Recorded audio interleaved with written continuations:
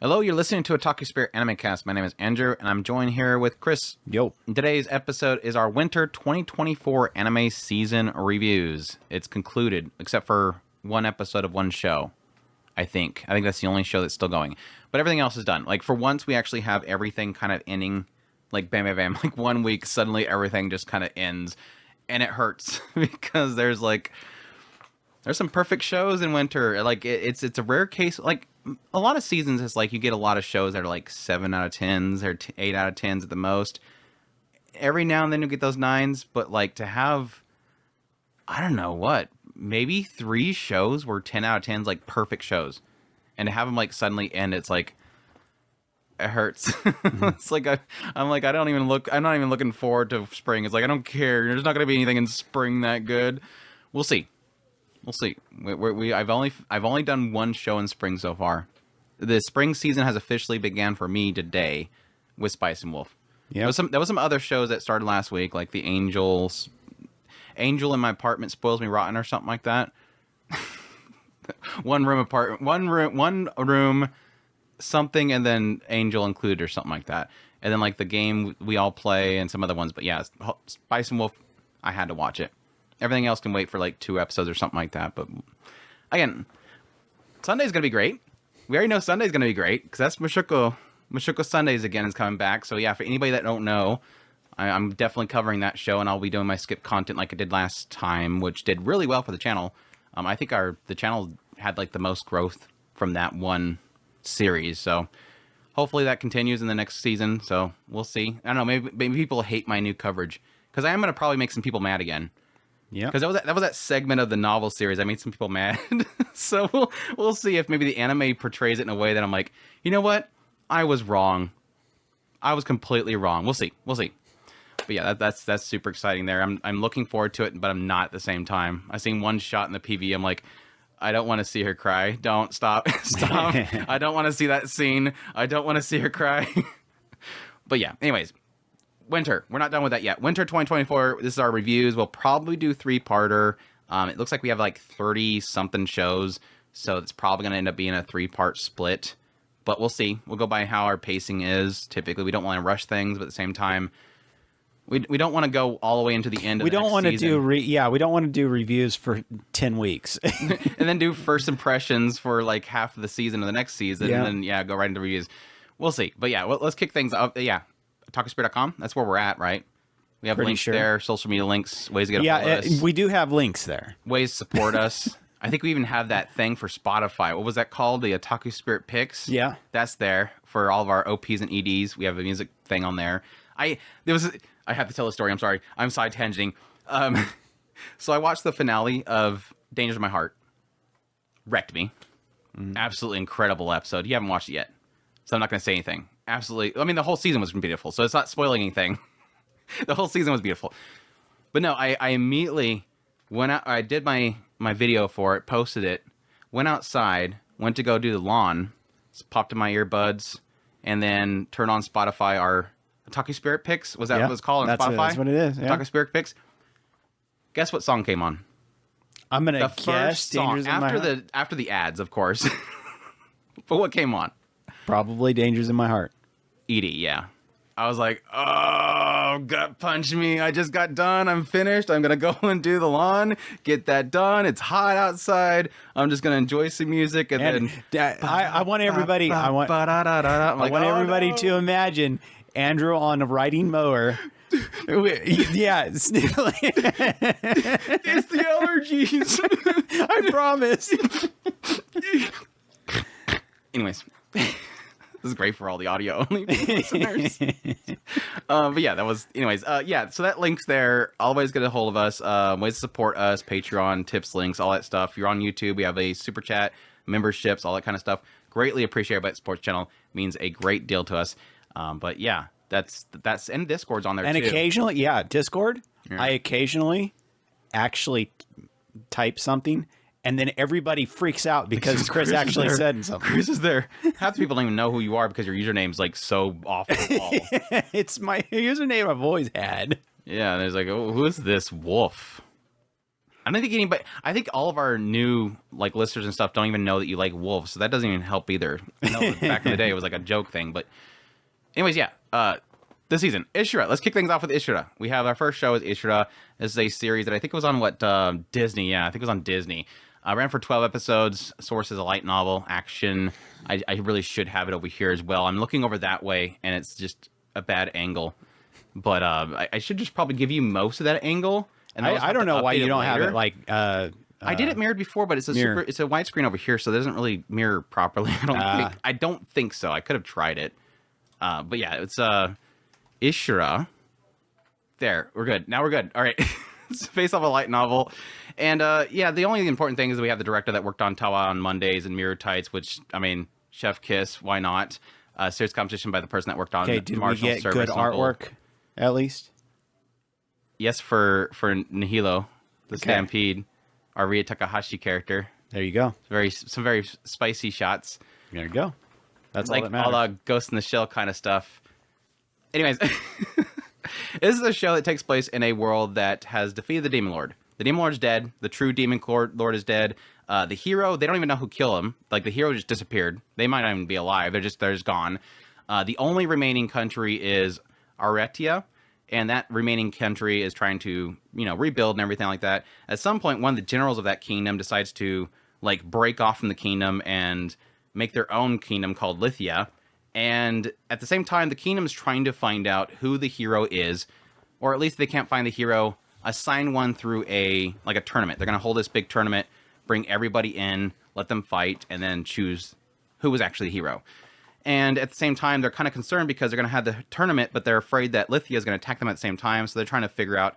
Both sides is pretty much gathering people so that this eventual possible war that'll actually happen will break out. And again, at the same time, talking about this tournament. And so, yeah, we follow different characters. It's like the first 8 episodes or so is just really kind of introducing a character every half of the episode, while at the same time telling this overall broader story of this building up of forces, what each side thinks of each other, relationships with different characters, and all that kind of stuff at the same time. And, yeah, I love and at the same time understandably am concerned of the show. I love it to death. I think the art style is fantastic. It's got a very kind of, it's got almost like an oversaturated look to it. It's very, very colorful look to the style itself. The unique character designs to each of the characters, each of the different main characters, which they all have their own abilities, which I didn't get into. The oddity about this world is that they have what are known as visitors, which are people that can come from another world. And then there's other people in this world itself that are all unique in some way. And everybody seems to have some sort of like name attached to them, like the Vortical Stampede, the Distant Talon. Each of these individuals, not the Distant Talon, but each one of these individuals have like some sort of unique ability to them. Like Sojiro Yagyu is the first character we meet. He is one of these visitors that came from another world. Obviously seems like our world based on his name and some references from him. But it doesn't seem like it's our world because when he describes the world itself, it was like full of war and everything, which, yes, technically our world is. Let's not be honest. Like, it was a full-out war, and they seemingly kicked him out of the world. So I'm not sure if it's actually our world, but it seems like it's our world. And his ability is that even with a dull blade, he can cut through anything.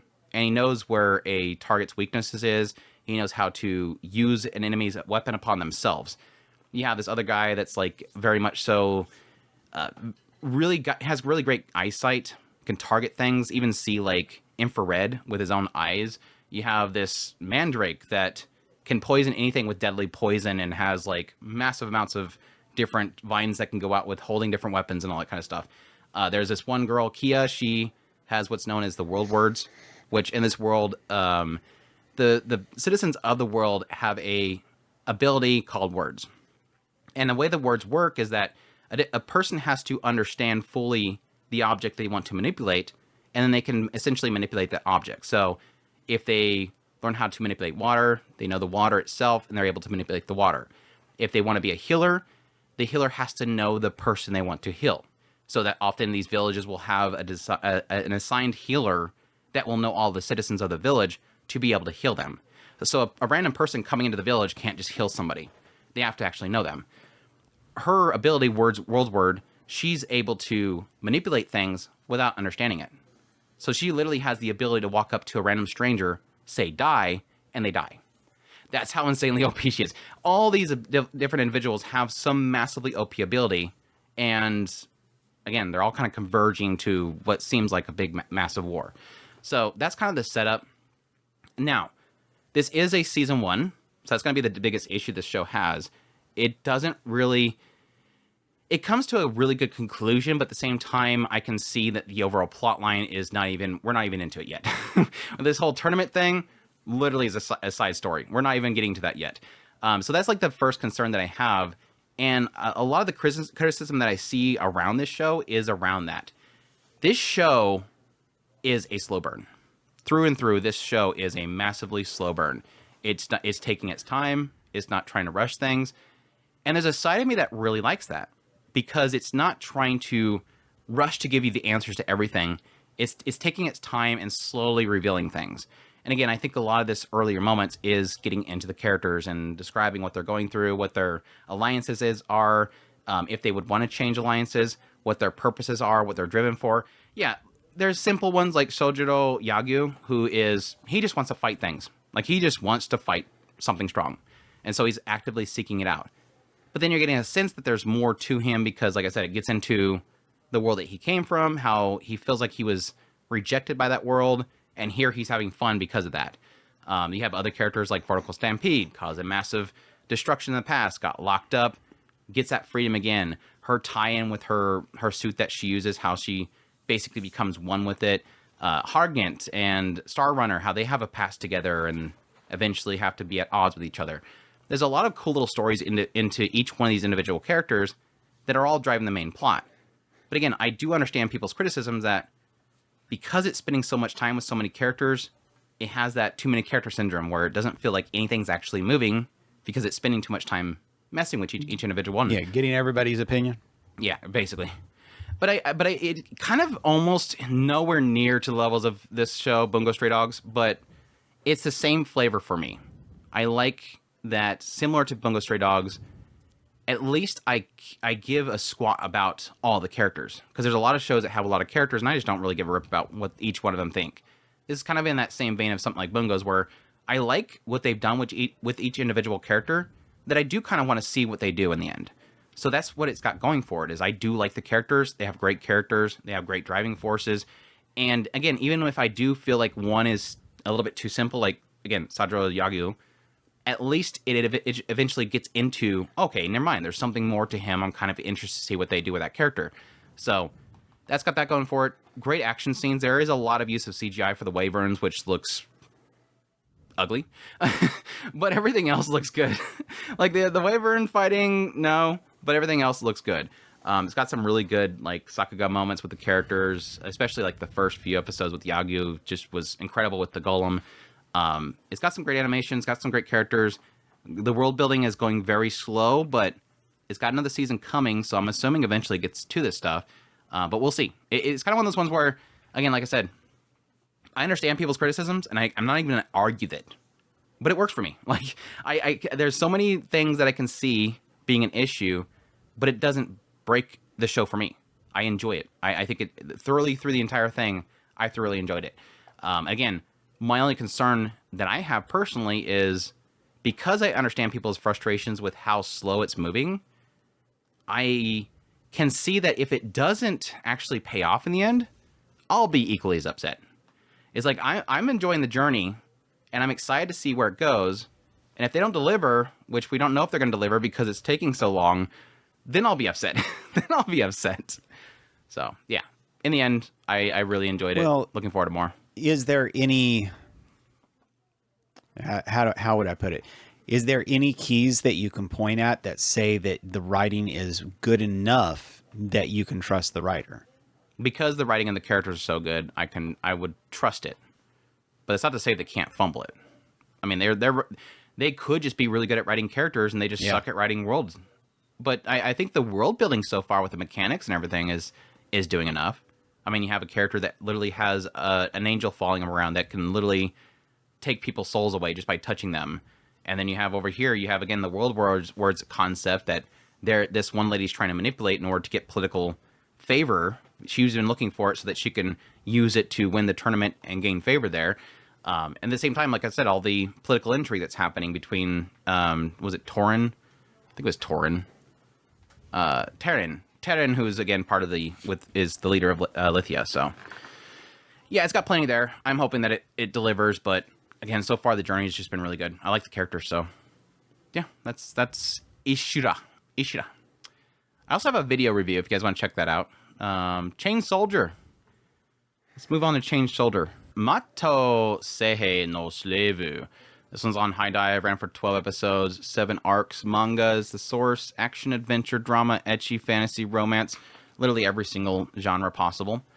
And yeah, the series composition was done by the person that did Kaguya-sama Love is War, Shy, and Yamada-kun Level 99. And the creator is Takahiro, who created World Dice Star and Akame ga Kill. As I joked about several times, S-Death is pretty much Kyoka. Not really. Just a visual design is definitely a similarity there. Personality-wise, no, just not. There's one personality trait that's similar, but that's about it.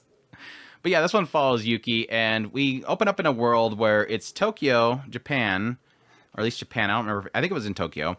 They're in Japan. And in this world, essentially at some point, these gates started opening. These, what they call later on, Mato disasters. These gates will open up, and these gates will lead to this other world, or this parallel world. And in this parallel world, there's these demons that show up, and they'll come through the portal and attack people. Well, mankind has discovered the existence of these peaches. And when females eat the peaches, it will grant them an ability. And so in this world, it's very much patriarchy? Matriarchy. Very much a matriarchy where the women kind of rule everything because obviously they have power. Why wouldn't they? And so the men are just kind of there to handle the usual jobs and everything like that, while the women control the place and basically protect the men. So on the other side of this portal, we get an idea of the demon corps, anti-demon corps that go out with these abilities that they gain from the peaches and kill the demons.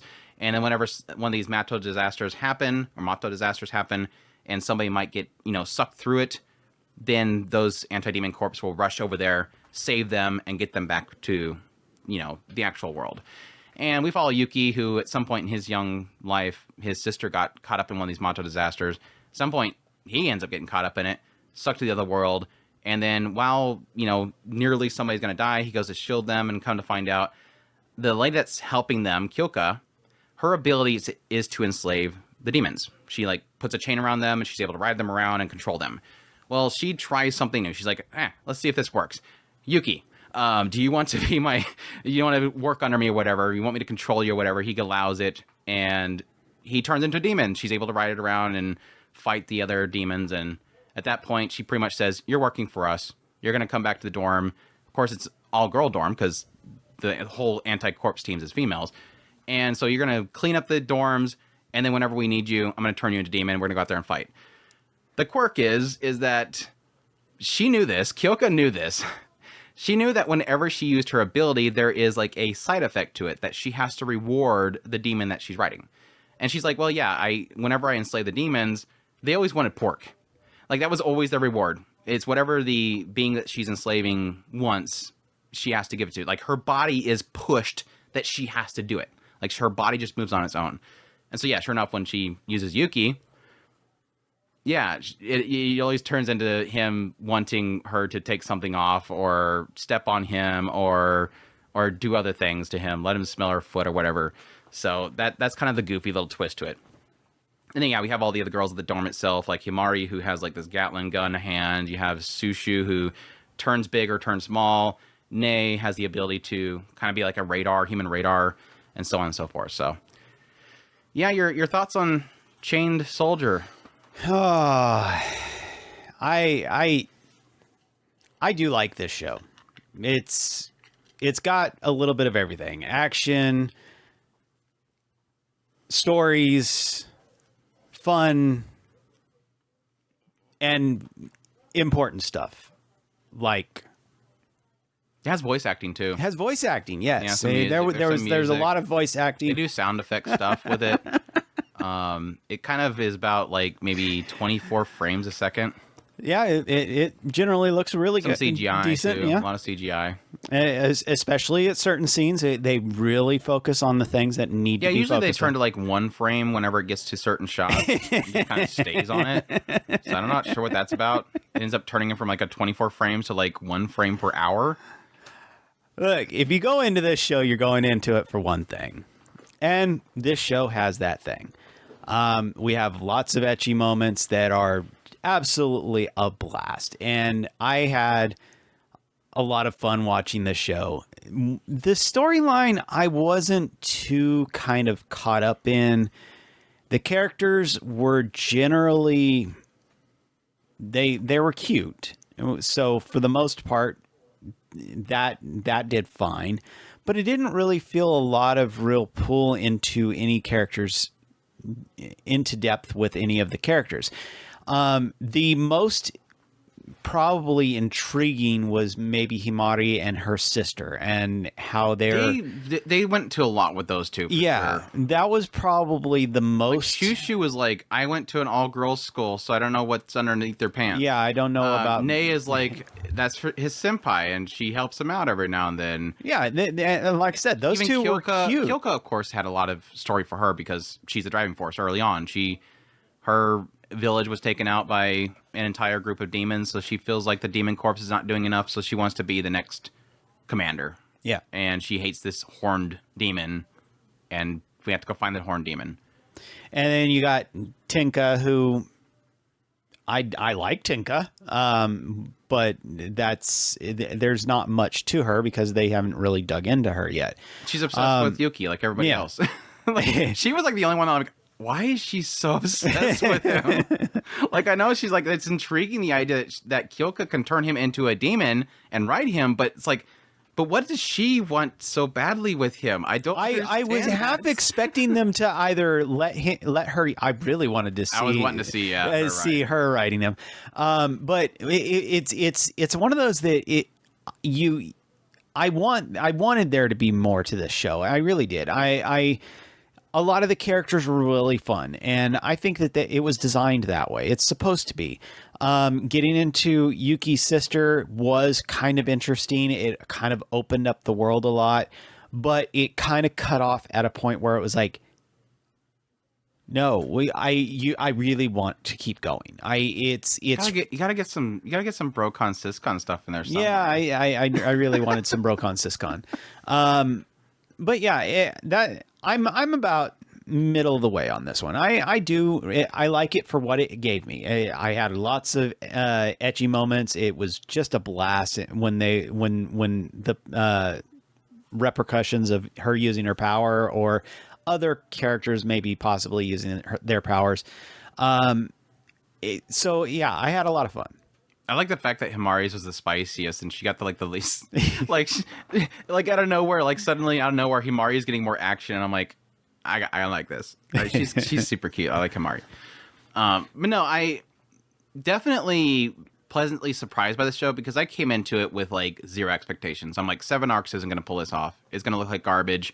Even the PV already had like a whole crap ton of CGI. I'm like, I just don't think these guys are going to pull. And admittedly, I mean, it's not an incredible looking show, but they kept it together. Like, I'm guessing they got a really good budget for this one, and they pulled out all the stops that you can expect from 7 arcs. So pleasantly surprised. I really didn't think they were going to pull it off. So now my enjoyment of the show, I think this is kind of it's kind of a mixture with like, it's like a ecchi dormitory story mixed with an action show. So it's literally like half and half thing where half the time they're at the dormitory, and obviously it's a all-girls dormitory, and then oopsies happens. And then the other half is, yes, go out to battle and do stuff and action stuff, and then come back and reward. And that's kind of what it turned into. Yeah, I agree with you that I think the whole stuff towards the later part was decently interesting. I do like that there was a decent twist to his powers and the idea of how Kyoka can essentially... how they can basically combine their powers in a sense. Yeah. And I think that was a really clever way of doing it, but at the same time, it wasn't enough to really kind of carry it for me. I think that the having the ability, not necessarily, because the way it played off at first was, okay, she really was the only one who could do it.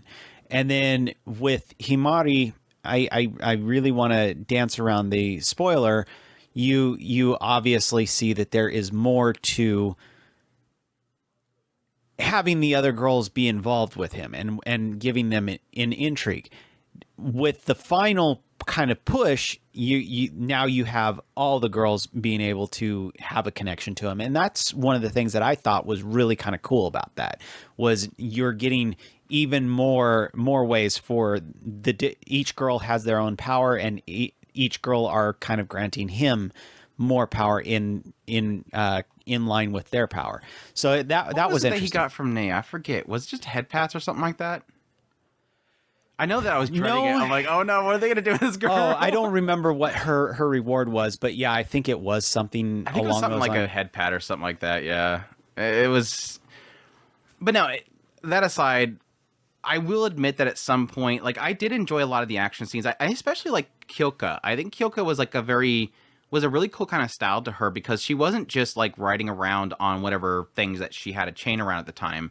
She had a lot to her, like she was actually letting herself get flung around with the chain, slicing things. She used talismans a lot. There was a lot of cool style to her actual fighting style. So I do appreciate that at least a lot of the combat sequences were decent.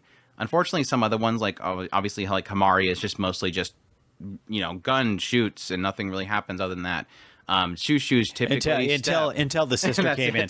When the sister came in, I was really kind of, okay, this is kind of really cool. Yeah, they had some decent action scenes, but in all honesty, that aside, I was mostly just watching the show for like the one, maybe possibly two moments where there'd be some like reward, and just to see how absurd they get to. Like, because obviously every time the reward happens, they gotta be more absurd with it. And so in the end, it's like one of those shows where like I had fun watching it. I enjoyed the action. I enjoyed the ecchi. But then once the show is over, it's like literally one of those shows where it's like, okay, pack that up and throw that right out. Like, it's not even going to stick in my mind. Like, I barely remember most of the scenes, because I'm just already I'm already putting the next show into the socket. So that's my only concern, is like, I just feel like this show's going to fall into obscurity. The positive is that it's got a second season coming. So hopefully there'll be something cool with the next season. Maybe it'll start ramping up the story-wise. It's not that I've heard like a bunch of promising things about the source material for the show, other than people saying, my gosh, cool reward moments. Yeah. And it's like, well, is there anything else? What else do you want? It's like, okay, never mind. No, I get it. I really do get it. But no, I mean, it's one of like a good comparison. It's like one of those things where it's like Chain Soldier over here. It's like, yeah, the rewards are absurd, and I want to see what the next one is, but at the same time, I'm not getting really anything else out of it. But then you have things like Gushing Over Magical Girls, where it's, yes, you have the ecchi in there too, but at least you have all these other things about the star system, and basically watching the villain be created, and her personality and the goofiness of that. There's like other things to go along with it. This one, again, I don't think has as much stuff to kind of carry it.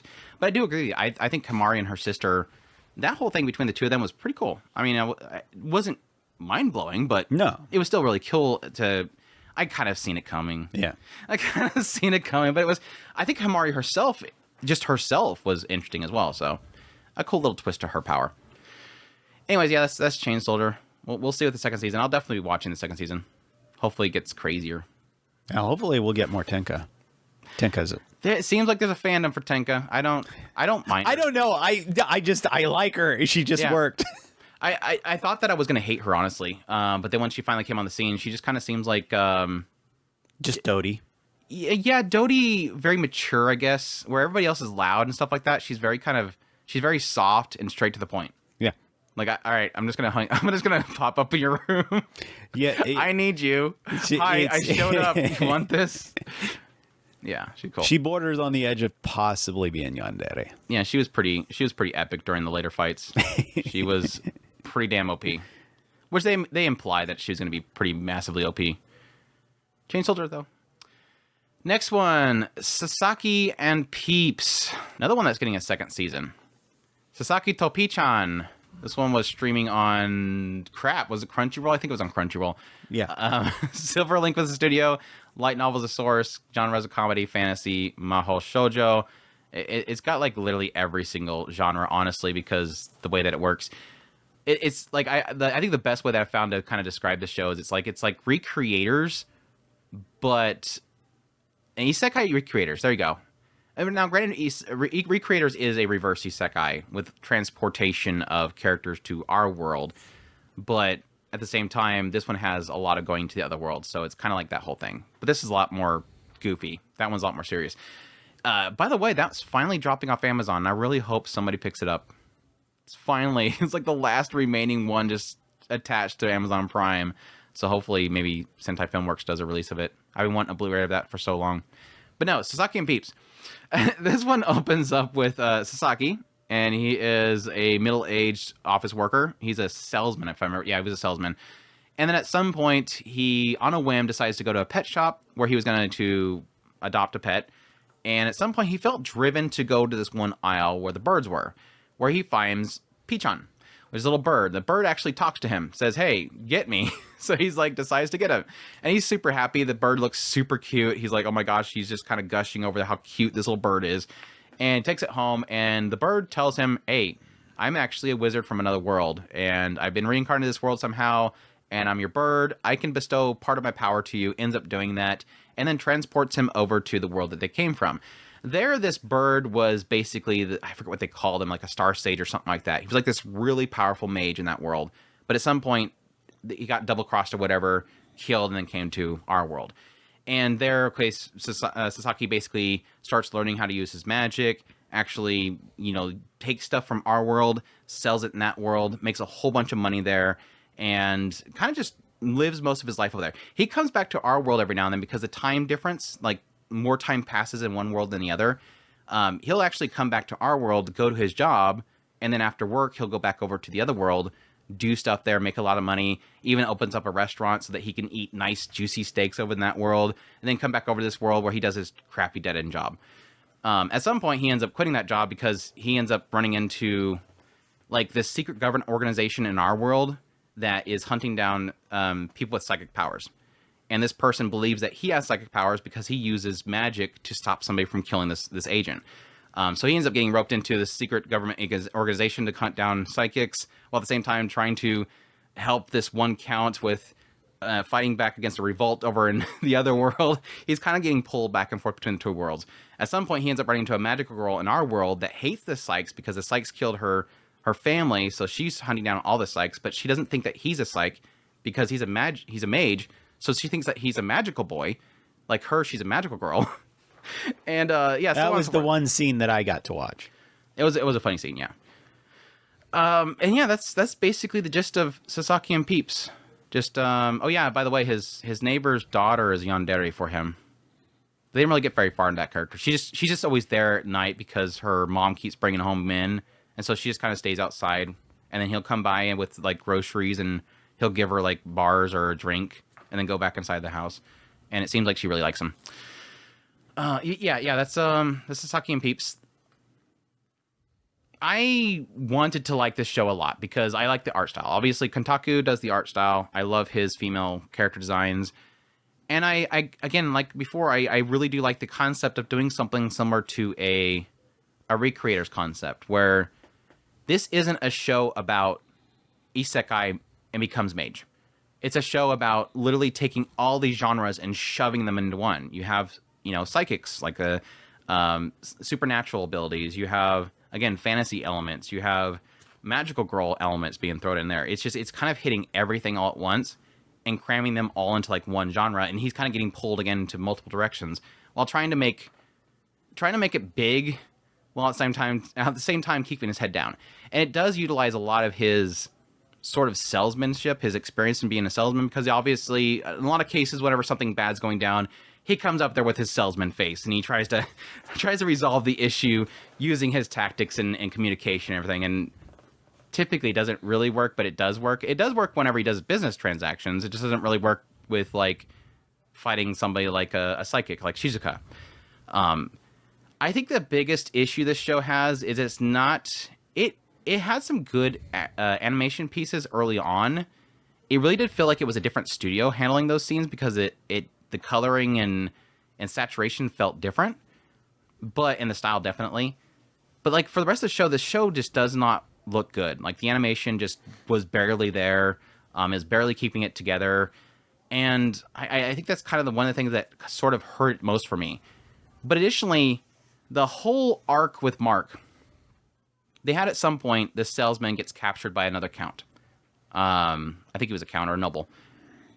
This whole massive segment where he's trying to figure out how to save his salesman partner or this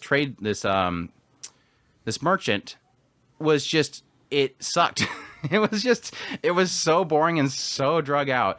I absolutely hated it. I was just, for the most part, for that whole segment, I was just kind of clonking out. It just was not working for me. And eventually when they finally get that resolved, they go right back to the magical girls, and then it kind of wraps up. So I felt like so much of this show just didn't really work for me. I was pretty hyped on it early on, but I think like the whole maybe middle 2/3 of the entire series, if not more, was just not entertaining at all. It was just way too much of meetings and talking with people and not really changing it up much. It was just spending way too much time negotiating and selling more radios or selling this or that or gaining favor with this count or that count. And just it didn't really kind of work for me in that regard. So, yeah, in the end, I really didn't like it. I'm still going to watch the second season, but for the most part, I just didn't enjoy the show, and I really wanted to. So, I don't know. We'll see. We'll see. But yeah, that's the Sasaki. And you almost dragged me into it. Did I? Yeah, I was actually very curious about it. Well, I mean, the description of it's interesting, right? I mean, It's hard not to sound interesting. It's just it doesn't pull it off. Like, it has the ingredients. It just kind of just it sets this one on fire, and it accidentally bumps this one into the soap water.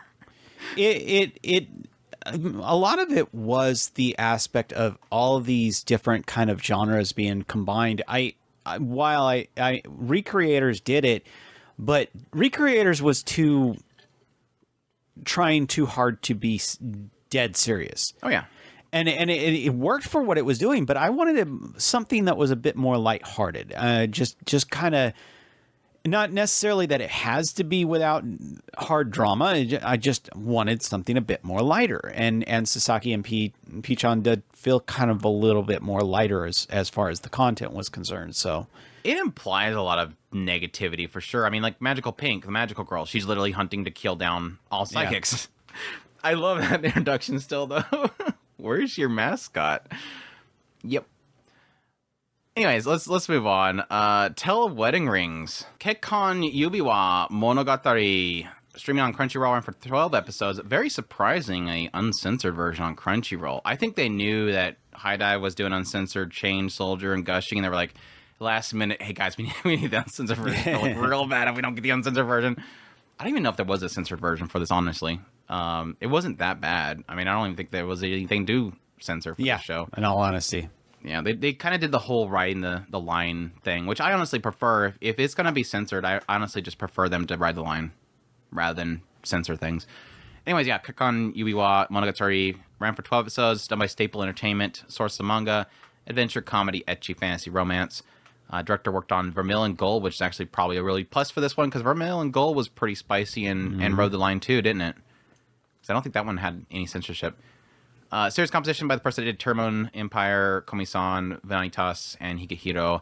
And the original creator is the creator of Abandoned Sacred Beasts. So, yeah, I think they did that one after Wedding Rings. Because I think Sacred Beasts, when that got announced, I was like, oh, that's the creator of Wedding Rings. I didn't know that was another thing they did. But anyways, yeah, this one opens up with Haruto. He has a childhood friend, Crystal. And he has this vague memory back in the day when he first met Crystal when she was very young in a forest. And then jump forward, Crystal's like, hey, gotta go, peace out, and leaves back to her hometown. And then he realizes, oh yeah, that dream I had, that memory from back in my day, it was because she was coming out of a portal in the forest. So he runs out there, finds her there with her grandfather, and they're going back to the portal. She's going back to her hometown, which is another world. He ends up jumping in there with her, kind of find there at the ceremony to wed Crystal off to this prince so that he can become the Ring King. I almost forgot. I forgot the name of it. Become the Ring King, which bears her ring, gains power, and can fight off the Abyss King or something like that. Yes. Yeah, I'm trying. I'm sorry. I've read the manga, I watched the show, and I'm still struggling remembering things. I'm sorry. But yeah, he immediately, Crystal jumps onto Haruto, kisses him, and he becomes the Ring King instead. And oh yeah, by the way, he's got to get more rings. Mm-hmm. So that means he needs to marry a whole bunch of different ring girls so that he can get their wedding rings and then gain their power. So the only no. So that we can have ecchi moments. Who cares about that the too. powers? That too. There's a war going on. Something lives are at stake. But yeah, there's girls to get. Yeah, the grandpa pretty much tells them about very quickly. He's like, "Oh yeah, by the way, Haruto, you gotta go wed all the girls and gain all the power." So yeah, he's going to different kingdoms, trying to win them over, gain the girl, get the ring, yell and swipe at monsters, and they die. That sounds like a gotcha game. Yeah. He swipes and gets the girls. He swipes the sword and gets the girls. Definitely not a credit card. You swipe, you get the powerful girls, and then if you don't, you get the free. Yeah, if you don't swipe, you get the free ones. So what's the verdict on the adaptation of Tales of Wedding Rings? That we both read the manga. Mm-hmm. I think we finally got to the point where I was at in the manga. I want to say. I think I got to the end of this season. I think that's when I was like, I'm done. It got farther than me. Yeah. So, because I think I was only in Saphir's land. I don't think I ever got. Because I remember going back home and I remember getting all the rings. Yeah, so I didn't get to Amber. So, here's my thing. I do like the story. I kind of, and I'm hoping that we do get a second season confirmed on yes. this. We do? Good. Yeah. Absolutely. Everything but Bravern, Chris. Everything but Bravern. I really do. I do enjoy this story. I think it's just a lot of fun. Did the adaptation work well? Yes and no. I think that they could have played up a lot of the kind of etchier moments.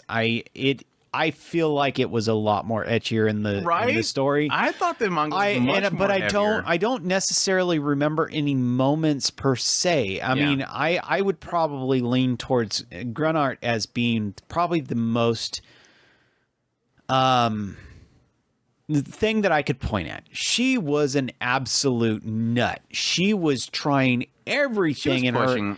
Yeah, she was very pushy with Haruto, and it's so basically funny. Like, Crystal, get it done already, so we can go. Like, we're letting you go first. Get it done. Yeah, and I think that's where it started. That for me in the manga was the tipping point of like, okay, I'm getting tired of this. Like, I'm really actually getting tired of this.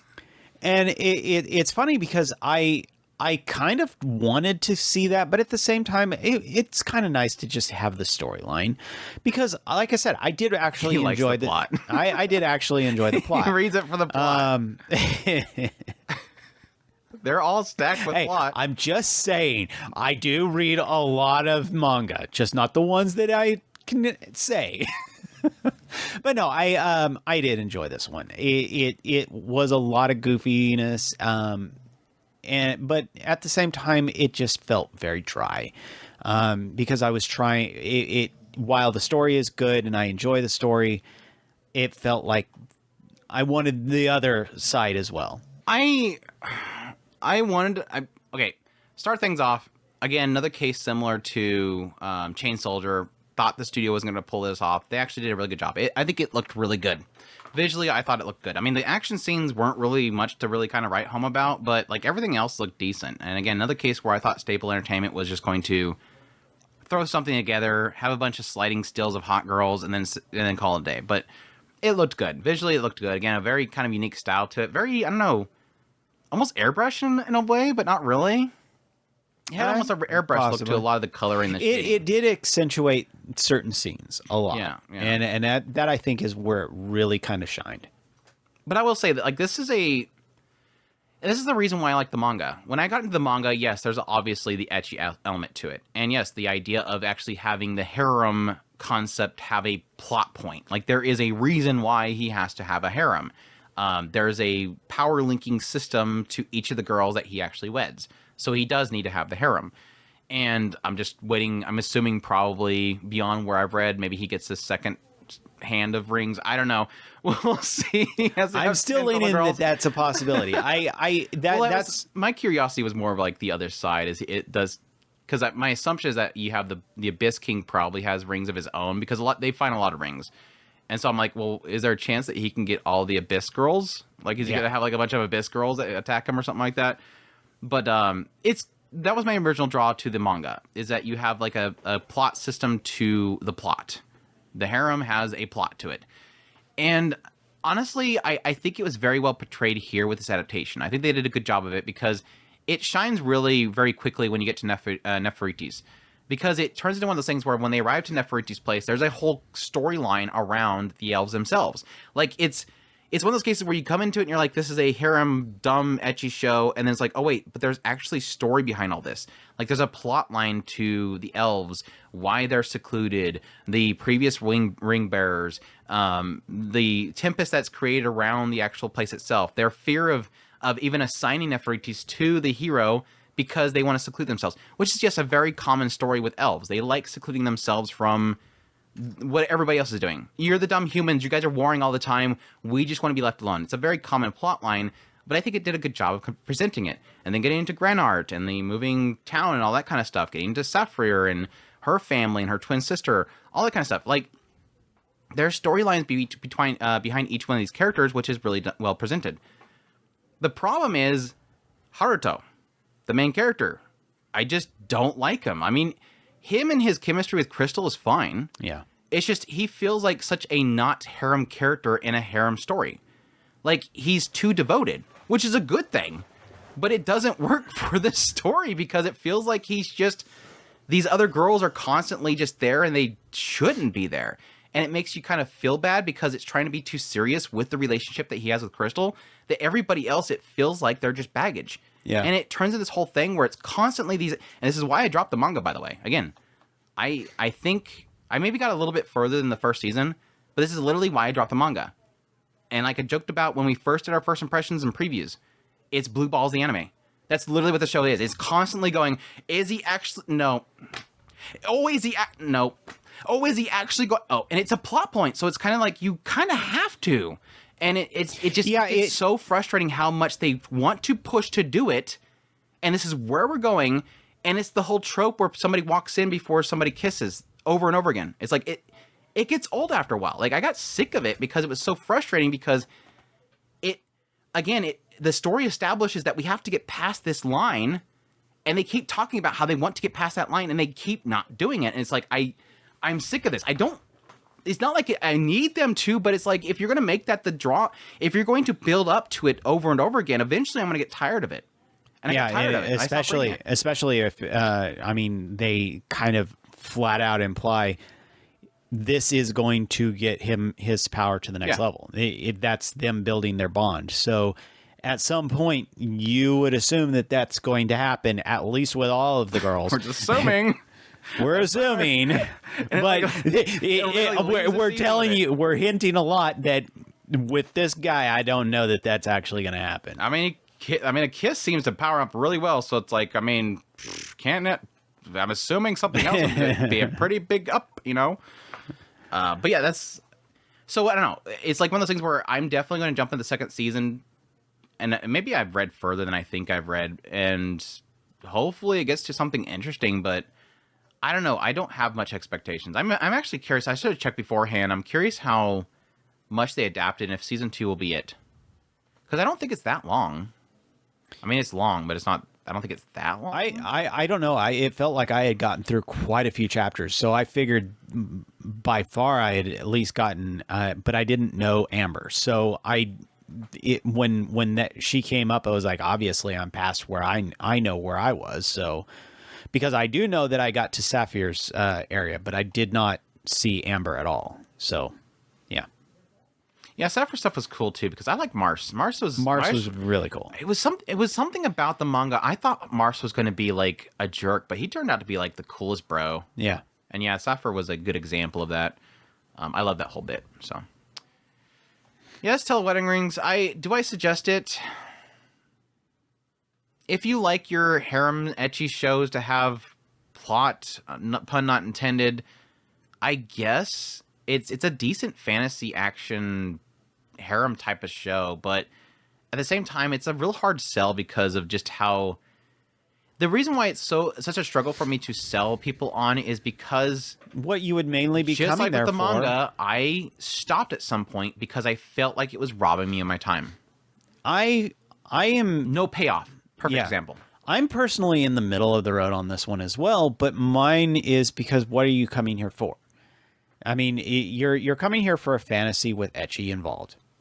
Plain and simple. You get one ecchi moment every episode. Yeah, you get a little bit of ecchi here and there, but the storyline itself, it's okay. I mean, I like it. I think it's fun enough. I mean, it's not in depth. It's got enough that it's like, that's cool. I'd like to see it. I mean, me and Andrew talking about the Abyss Rings. They kind of hinted the Abyss Rings several times, and it was something that I had bounced around in my head quite a few times. Why the heck not have 10 girls? I mean, why not? I mean, they talk about 5 girls. Here's another 10 girls. I mean, why the heck not? I'm for it. But yeah, I'm generally in the middle of the road. Do I think it's going to change the world? Hell no. You know, I almost want to say that I would think this show would be like incredibly better if it was just him and Crystal. Like, he goes to another world and he's got this girlfriend. The girlfriend marries him, gives him the power to be the hero. And then, yes, maybe you go to the different kingdoms and just get like a blessing or something from each one of them. And yeah, he has to meet the girl, and the girl has to get the blessing or something like that. But again, I feel like the presence of the other characters just doesn't really do too much. They don't utilize them well enough. Exactly. I would lean towards that. But like, I agree with how much she wants to geek out about knowledge. Granart shows up every now and then to slice something and to say, "Hurry up, Crystal." And then Sapphire's over here just. I do get a kick out of Sapphire. Sapphire is awesome. She's so awesome. Snotty sometimes, and she's so short. It was so funny. I don't know why it didn't click for me, but like some point it was when the grandfather was like, "Okay, now you all need to y'all got to get better." And it was like this establishment of like, yeah, Granart's already strong, so she's already supporting him. But he's like, you guys got to figure out how to support him. And they had them all lined up, and literally, I don't know who was standing next to Sapphire, but it had this side shot, and it was like this. The top of her head was down here. I'm like, wait, has she always been that short? And then it cuts to a different scene. I'm like, yeah, I guess she's really short. Girl, like just tiny. Sapphire was probably my favorite. I mean, Nephritis, when she first came in, I liked her. Sapphire coming in, I really liked her, but Amber, I think, is probably going to steal the show for me. But yeah, I agree with you. I think Haruto is absolutely destroys the storyline. Mostly because he's just not, I don't like him as a protagonist. I don't know that I would agree on the. At least he's not a better. Whoa, don't touch me kind of character, but he's still kind of. He's still kind of bad dither. I don't like him as a dither. He's just. I agree with you. He's too devoted, but at the same time, I because of what I would like is him to be a lot more. Go for it. Just go with it. You've got. Dive in, boy. Yeah, dive in. Have fun. Commit. Yeah, we'll see though. We have, like I said, I have a second season. I don't think we have a date or anything yet, but probably sometime.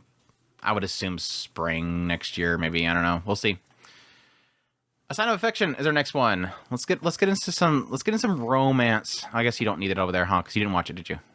Okay, yeah. Yubisaki to Renren, streamed on Crunchyroll for 12 episodes. Done by Ajia Do, based on a manga. The genres are romance, slice of life. The director worked on How Not to Summon Demon Lord, which is odd. And there's competition by the person that worked on Yaboi Koming. And the original creator is actually a mangaka duo, Su Morishita. But yeah, this one opens up with Yuki Itose. She is deaf, and she has pretty much spent her whole life.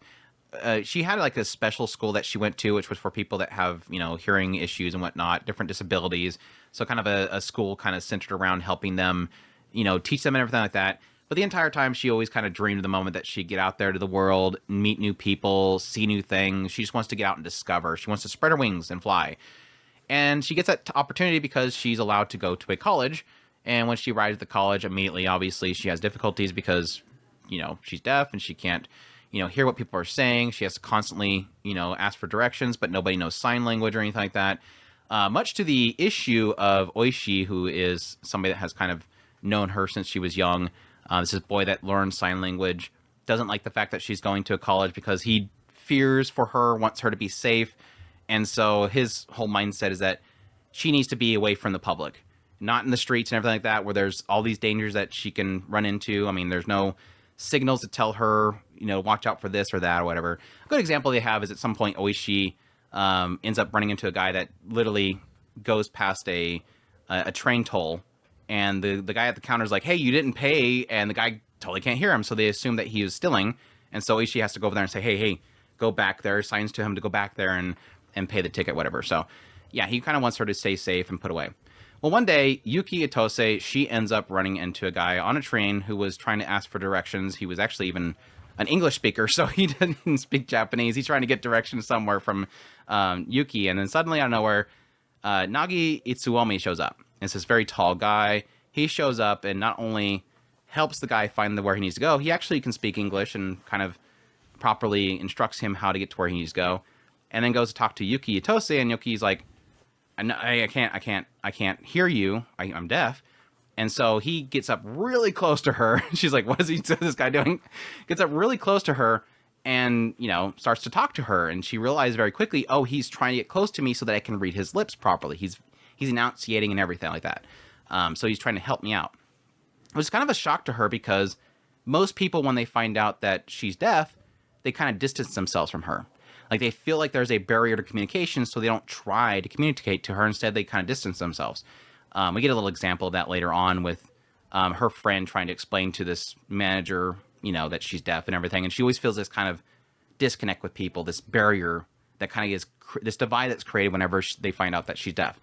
Well, she immediately kind of feels doki doki for this Itsuomi guy, but she doesn't know that it's love. It's that whole thing of like, is it love or if it's a crush? And so she quickly starts to talk to her friend about it. Like, I don't know if it's a crush. I don't know if I like the guy, whatever.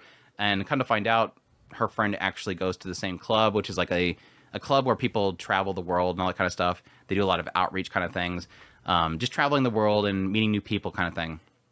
And yeah, Itsuomi's a part of that. He's been traveling the world ever since he was young, just going to different cultures and meeting people and all this kind of stuff. And yeah, he's devoted himself to learning pretty much all languages.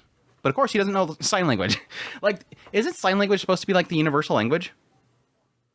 I've heard at some point it's supposed to be the universal language. So I'm like, that's kind of a surprise that he doesn't know sign language.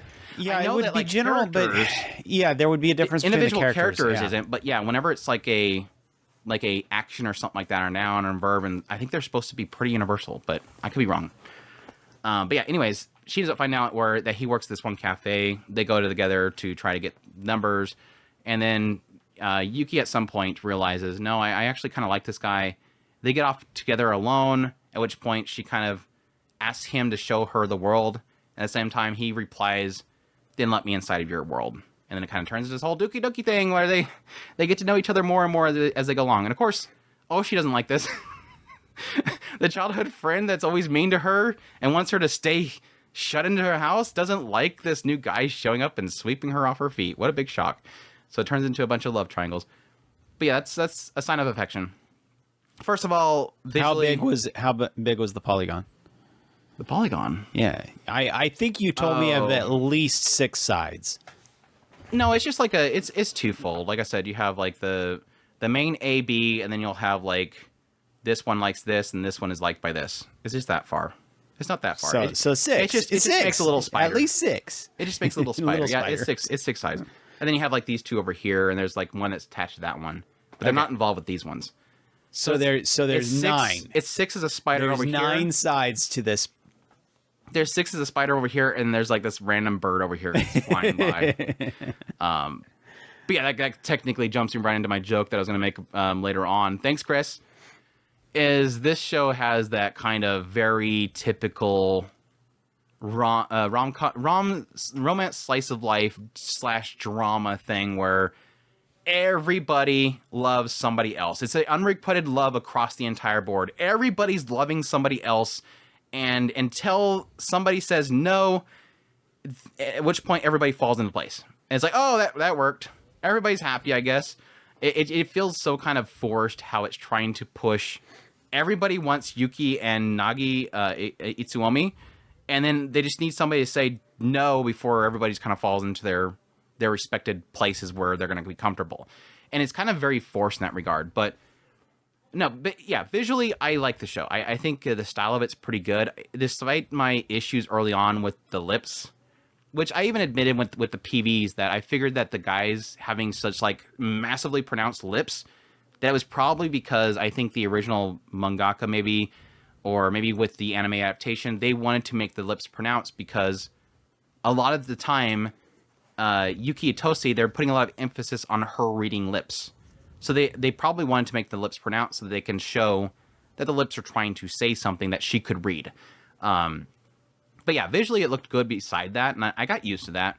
It didn't bother me after a while. I think the coloring and everything looks fantastic.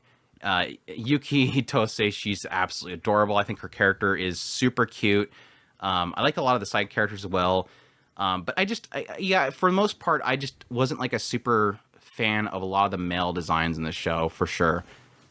Putting aside the visuals, which the visuals do technically go in line with the storytelling as well, because obviously this being a show about a deaf person, a lot of the visual aspects are technically in the storytelling, and I do like a lot of how they did that. One, yes, being lip reading, but additionally how in some cases with the signing, they'll do a lot of creative stuff with it, like trying to express how a character can be dealing with some sort of anxiety or something in how they sign, which is something that apparently Yuki can see, which I don't know if is actually a thing with people that read sign language. They obviously imply that even if she's reading lips, she doesn't get obviously inflections and how somebody's talking that somebody that can hear it would get. Like at some point they point out that Nagi is talking very cheerfully. And Yuki doesn't get that. They're like, something's different about Nagi. Like it seems like he's very happy right now because of the way he's talking. He's very pronounced with how he's speaking. So obviously he's enjoying himself. But Yuki doesn't get that because all she's seeing is his lips and doesn't really get there's any difference in how he's acting. And plus, not knowing him for very long, won't know how he normally acts in public. So there's some emphasis there. But again, I do like they kind of play that into the signing as well, because they'll often show like different kanji kind of flying off the hands and how they flow together and create a sentence that she's basically going to read in the end, which I thought was really cool. Like there was this whole moment where Oishi is literally expressing how much he hates that she's at this college and telling her to be careful around this Itsuomi guy because he's obviously going to get bored of her and discard her. And he's just constantly going at it. And the entire time she's thinking about there's something like almost a hesitancy to how he's signing. So obviously something's wrong. Even though he's being extremely mean to her right now, she's seeing that something's wrong. Something's off. And like I said, I'm kind of curious if that's a real thing, but it was really well portrayed because, again, it shows the characters flying off the hands as he's doing the signing.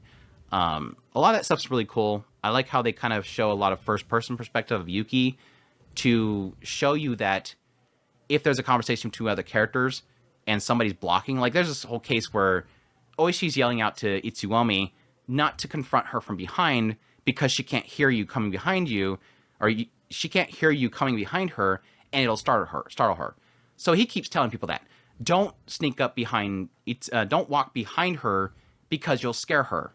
He keeps telling her, like he tells that to Itoshi's friend, Yuki Itoshi's friend, and she's like, "Oh, sorry, I'm sorry I did that." He does the same thing to Itsuomi. Don't walk up behind her. You'll scare her. You'll startle her. She doesn't know you're coming. And he literally covers up Yuki Hitoshi's face, turns to him and says, "She said I can do it." And he knows that she can't hear it. She can't see what Oishi's saying in response to it. She's like, he just seems like he's upset. What's going on? So there's a lot of like first person perspectives where it's trying to, I guess, separate what she actually sees and what's actually happening in the scene, which does play into her disability and sort of a lot of the lost in communication that she has, which I think is a more interesting and deeper subject for the story that I initially was drawn to. I wanted to see what this story wanted to do with communication, because obviously there is a break in communication that she's dealing with and how that can serve the greater story. It seemed like the mangakas, they wanted to tell a story that involved deafness. They had no experience with it. They sought out experts to learn about it, to research about it, because they wanted to incorporate it into a story. I do feel it kept it very surface level, but it was technically a driving force for how communication was done throughout the story in at least a decently thoughtful way, in a decently deep way. So it's not a heavy focus of the story, but it is constantly utilized to create sort of either misunderstandings or barriers of communication that thankfully doesn't get too frustrating. Like, there was one brief moment where I was like, really, are we gonna do this thing where because she can't read the lips properly, she doesn't get that there's a confession here? They have that kind of stuff happening, but it never is done in a way that's kind of like, are we going to do this? Is this what we're going to do? Are we going to drag out a big misunderstanding because she couldn't read what they were saying or because she misread this? Most of the time, it's kind of played out for not a cruel thing, a cruel joke, but most of the cases like a very cute joke. Like one time, it's like literally she misreads whether they said hug or kiss. And obviously in that situation, it made a big difference. the difference between seeing if they say hug or kiss is quite big. It's just kind of, most of the time, kind of played out to a cute thing. But I liked how they played it out. Now, the side characters I could have done without. I think they did something decently good with Oishi. And I was really kind of frustrated with his character early on. I thought that he was just going to be like, I'm like, all right, just get the melodrama out of the way. Just get it done. Just pull off the Band-Aid. I know he's going to be a massive melodrama. Just get him done and over with. His story concluded decently. But at the same time, I almost feel like the entire second half is wasted because of that. I think the first half is pretty on point. I was joking with Chris earlier. It's like, there's like this one scene in the apartment that I think was like, I want to say it's like episode 5 or 6. If I stopped watching there, I would have said it was a good show, a good story, no problems, walk away. And I almost didn't want to watch beyond that episode because I felt like it was going to be all downhill from there. And it wasn't completely downhill, but at the same time, I do feel like that's where it peaked for me. Like that was perfect. Like all the way to that episode, great. Beyond there, it's just like a lot of confirming that I've already kind of established. I will say that Yuki and Nagi Itsuomi's story, I'm gonna keep saying, because so many people call her Yuki, and she always calls him Itsuomi. So that's why I'm struggling with what to call them. I hate when they bounce back and forth between the first names and last names. Yuki Nagi. I do like Yuki Nagi's story. I think they did well enough of sort of selling me on why the two of them like each other. And I think that's with a romance, especially romance slice of life, not romance rom-com type of show. When it's romance slice of life, I need to understand why the characters actually like each other. And I think they did a really good job of kind of portraying that. Now, do I think Nagi's a great character? Not really. He just feels so, I don't know. There's almost a side of me that feels like he's fake. He's a good guy, but there's a side of me that feels like Nagi is kind of a fake character. Like I don't feel him being real. Like he just feels so fake. Whereas I think Yuki, they did really well with her character because a lot of discovery for her. But in the end, I understand the relationship, and that's like the most important thing for me. And I think the season itself was a solid conclusion. It did a great build up. Like I said, I think its peak was halfway through it. The rest of it was just like a lot of confirmation, and it resolved in the end decently well. So I think it was a pretty solid series. I'm like in the area of like maybe a 6 or 7 for me. I don't think it's incredible, but at the same time, I think it did a lot here and there that was really good. And I thought Yuki was an adorable character. So, and I love how they portrayed her character. So that's a sign of affection. Thumbs up. I got a thumbs up from Chris. 7th Time Loop. Chris watched that one. Yes, I did. Chris did really well this season. He watched a lot of stuff. Normally I have to like fill in like 2 shows in a row over and over again, but no, this time he kept up. 7th Time Loop, the villainess enjoys a carefree life, married to her worst enemy. Such a stupid title, honestly. I think the title is such the stupidest title of all these shows. She's not the villainess. She claims that she is kind of a villain at some point, but it's like her worst enemy? Not really. Sort of. I don't know. Loop 7 Kaime no Akuyaku Reijo wa Moto Tekikoku de Jiu Kimamana Hana Yome Katsu wo Mankitsu Suru. Oh my gosh, that title. Streaming on Crunchyroll for 12 episodes. Studio is Hornets and Studio Kai, based off of a light novel. Genres are fantasy, romance. And this one follows Rish Wurtzner. I don't think I ever remember seeing her last name. It was probably like the first episode and never talked about again. Hey, I know it was Riche. And then later on, what was she called when she was over there?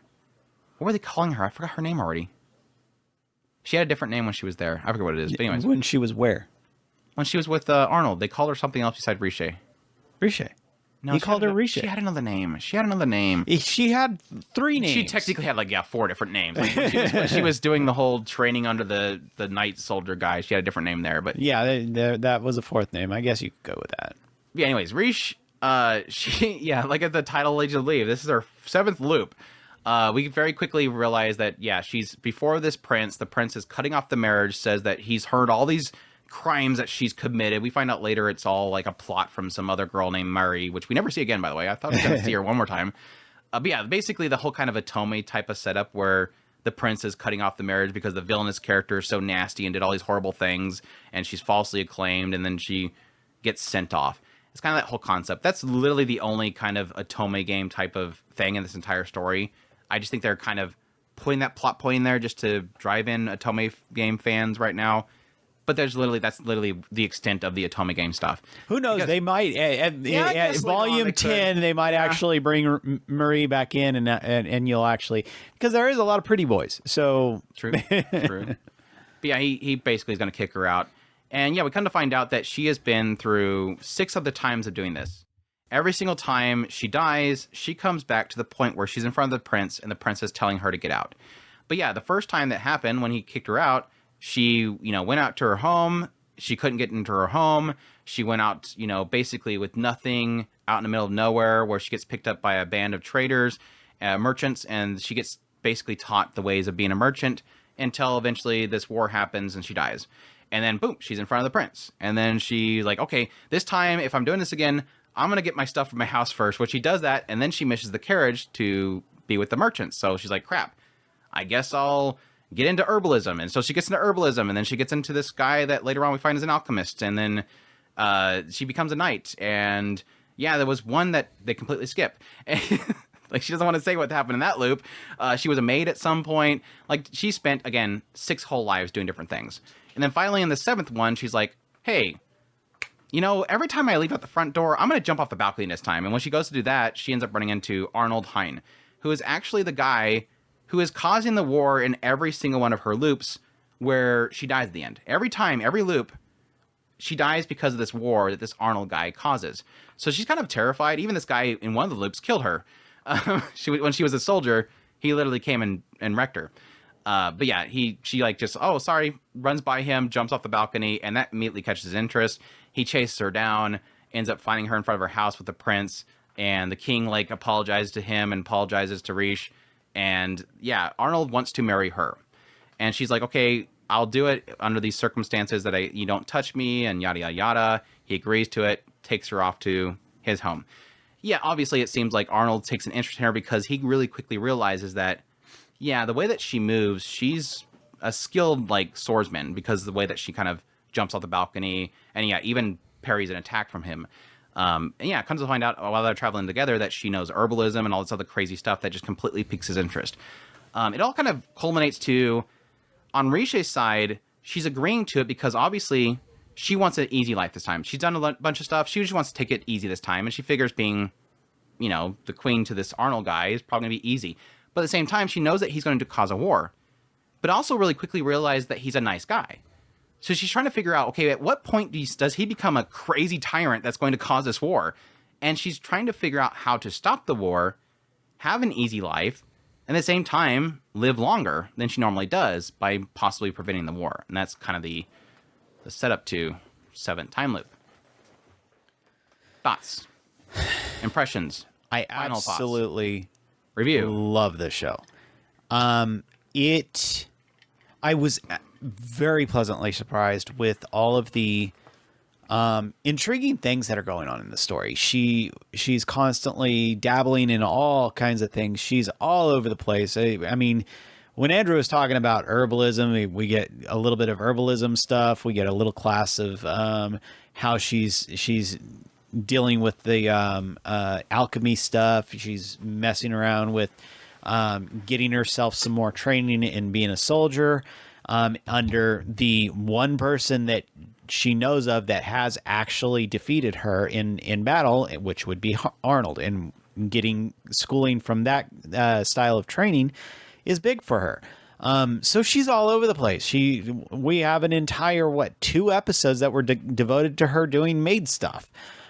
So she's all over the place, and I absolutely love it. Between the storytelling of kind of dabbling in this is in her past life and what she did during that past life, and how she's using it to inform her decisions in this lifetime, and it's constantly a balance between, yes, she has this ability of doing these loops, and at the same time she's using that to inform her decisions in this one, and at the same time she's applying the things that she's learned. So yeah, I really like how all of this is balanced really well. I do find a lot of intrigue into her, if you want to call them love interests. I think that that's kind of the way that they're playing this off as. I was a little bit perturbed by the idea of her being the villainess. And I do find it interesting when Andrew had mentioned it this time. I didn't really kind of put all these together of why she is considered the villainess. And I think that is something that, if she actually is the villainess, but if she is the villainess, that would play a very interesting storyline, and I really am intrigued, and I really do hope that we get more seasons of this for sure. Well, I mean, her being technically wife to the guy that's supposed to be like the big nasty of the entire war, yeah, obviously implies the idea of her being some sort of villainous character, but it was like some passing comment that she made to Mary because it was almost playing into the villainous trope, because Mary was the girl that was telling the prince all the nasty things that she did to kick her out. And she said some passing comment like, "Oh, I'm the villainous character," or something like that. But yeah, it feels kind of, it almost feels like one of those things where we're so far away from that whole entry point. It's like, what was the whole point of that? It's like, what was the point of that? Other than kind of really establishing the idea that she's in a place that she's never been before. Like I said, she's never been in this town. And on all of her loops, she never ended up at Arnold's place. She's even ended up in other kingdoms in different loops. So, yeah. And those people come into play. I'm very mixed on this show. I really, really liked it early on. I think Riche was a great character. I agree with Chris 100% that one of the early appeals to it is how much it plays off of this girl literally using her knowledge and not just knowledge in the different crafts that she does, like becoming a maid or becoming an herbalist or an alchemist or whatever she did in these different past lives, a soldier. Not just utilizing those skills for different situations. Like, they even have this one point where he's like, "How did you get out of the carriage? I locked it." And it cuts to when she was a maid, she had to constantly pick the lock because the mistress would like lock herself up in the room, or the daughter or whatever, that house would lock herself up in that room, and she had to constantly pick the lock to get him back out. So it's something that she learned. But more so just like life experiences, like just social life experiences that she has with people. She's using that knowledge previously for it. It literally plays it out like she's, lived for 60 some years, because she just has all that wisdom that she utilizes to help other people out. And I do like that aspect of it. But I will admit that like this is one of the cases where those shows where it works so well, and I really did thoroughly enjoy it. I was extremely invested for probably 3/4 of the show. And then at some point, something wasn't working for me anymore. Like, it got the status quo, and it wasn't really doing enough to really kind of shift it and mix it up. And I think it's because we had, like, the whole trade thing with the past merchant, I think, was a solid story they kind of played into. I don't think... Theodore's story was even okay. I was perfectly fine with that. it was The Alchemist didn't work very much for me. it was the return of the Alchemist and the other kingdom, and was it Kyle trying to figure out some way of getting assistance from Arnold and really pushing them and all that kind of stuff that didn't really work for me. So I guess it was really only like that last like 3 or 4 episodes that it really wasn't doing much for me. But I think my biggest struggle that I have is, although I do like the chemistry between Rish and Arnold, I don't think I ever really got, does she like him? Like it almost feels like Arnold is, I understand Arnold. He is intrigued by her because she is so different. Like, she's so weird. And that's what he likes. Like all the nobles, the daughters of the nobles, they're just these prim and proper girls that all they know is etiquette. They know how to sip tea right. They know how to dance.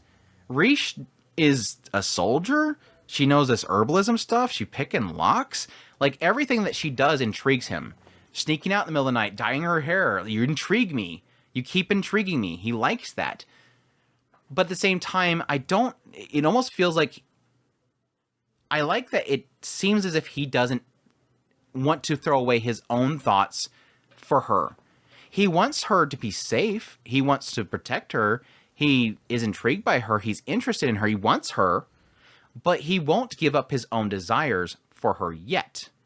And I like that willingness to kind of step on that line where he's willing to push her away because she's not going to stop him from doing whatever he wants to do. And I like that establishment because it at least tells me that he's not 100% sold on her. He's like not madly in love with her. And I think the same is for Rish, because she obviously has an in-game here, and it's the idea that he's going to kill everybody, and I need to kind of stop him from going down this dark path because he's not who I thought he was. Something changes in him, and I got to make sure that whatever changes him doesn't happen. But every now and then it gave me a sense that she actually does like him, and I think it's more of like an idea that he just throws her off. Like, he'll do something and she just gets super doki and flustered. Flustered is, I guess, the best word. But I don't know. But it almost feels as if they're trying to establish that she's already in love with him. Yeah. And that's what I don't get. I never got that tipping point. I guess in my watching it, I never understood her and why she falls in love with him. And that's really the only breaking point. And it wasn't until the whole ring thing where I'm like, okay, she's no longer flustered. It seems like she's, because I think the thing that I almost thought it was going to tip over was the whole thing with Theodore. It felt like she was making a statement in that church or that room. I'm going to save you. And it almost felt like a love confession from her. I'm never going to give up on you. I'm going to be at your side no matter how many times you want to push me away. If you kick me out, I will climb back in here and I will sneak back into your room. I've done it before and I could do it again. But then the whole ring thing happened. And I'm like, oh, this isn't just her in her life. It seems like she actually is in love. But I don't think she's realized it. I guess it could be. She thinks that she is saving him, and at the same now those and that's the only reason that I think it didn't really bother me is that I think that vagueness does play into, is she so devoted on her quest that she's not realizing what she's stepping into? Exactly. Which that would be fine if we ever got into the season. If we ever got into the season, that would be perfectly fine. I would love that, but I don't think we will. I think 99% of it is just her not realizing, and it's probably something it's probably going to irritate you when she randomly goes, "Am I really in love? What is love? Damn it! Damn it!" But no, I kind of agree. I think that the Alchemist was probably if you want to say the thing that kind of bugged me the most. Like I said, I really did enjoy it, but at the same time, that one was the one where I was going, okay, do I feel like everything is playing out in such a way that I don't feel like it feels natural? And that was really where I was kind of more leaning towards. I was hoping for more of Michelle's story, the doctor's story. Just whatever. I destroy everything. Okay, I was born to destroy stuff. Okay, you're a cursed child. You can always destroy things. So I got to destroy things, right? No. It's what's natural. No. Because It can create beauty. Look, it creates beauty. I've changed. Thank you. It's like, oh, I'm sorry. It was kind of cheesy. You gotta admit, it was bad cheesy. But it's one of those, like I said, it didn't feel quite like it made, and it might be just something that was left out. It didn't feel natural. I got the gist of it. The sad thing is that story, the only thing that was really driving me through it was just how much it was bugging Rishi. Like, literally, that becomes the driving force for it, is not the character she's trying to stop. It just becomes, okay, I'm kind of upset that she's upset. And I don't want that to be the story. If the story is about the doctor, let it be about the doctor. That should be what's driving me through the episode. Yeah. I kind of feel bad for Rish. Like, she couldn't stop him back there, and she can't seem to stop him here. I think her story, as far as he is concerned, was fine. I think that side of the story was really well done. Mm-hmm. His sociopathy, if you want to call it that, whatever the heck it was that he was dealing with, I guess crazy people be crazy. You don't understand them. So bad guys, Chris. Yeah, right.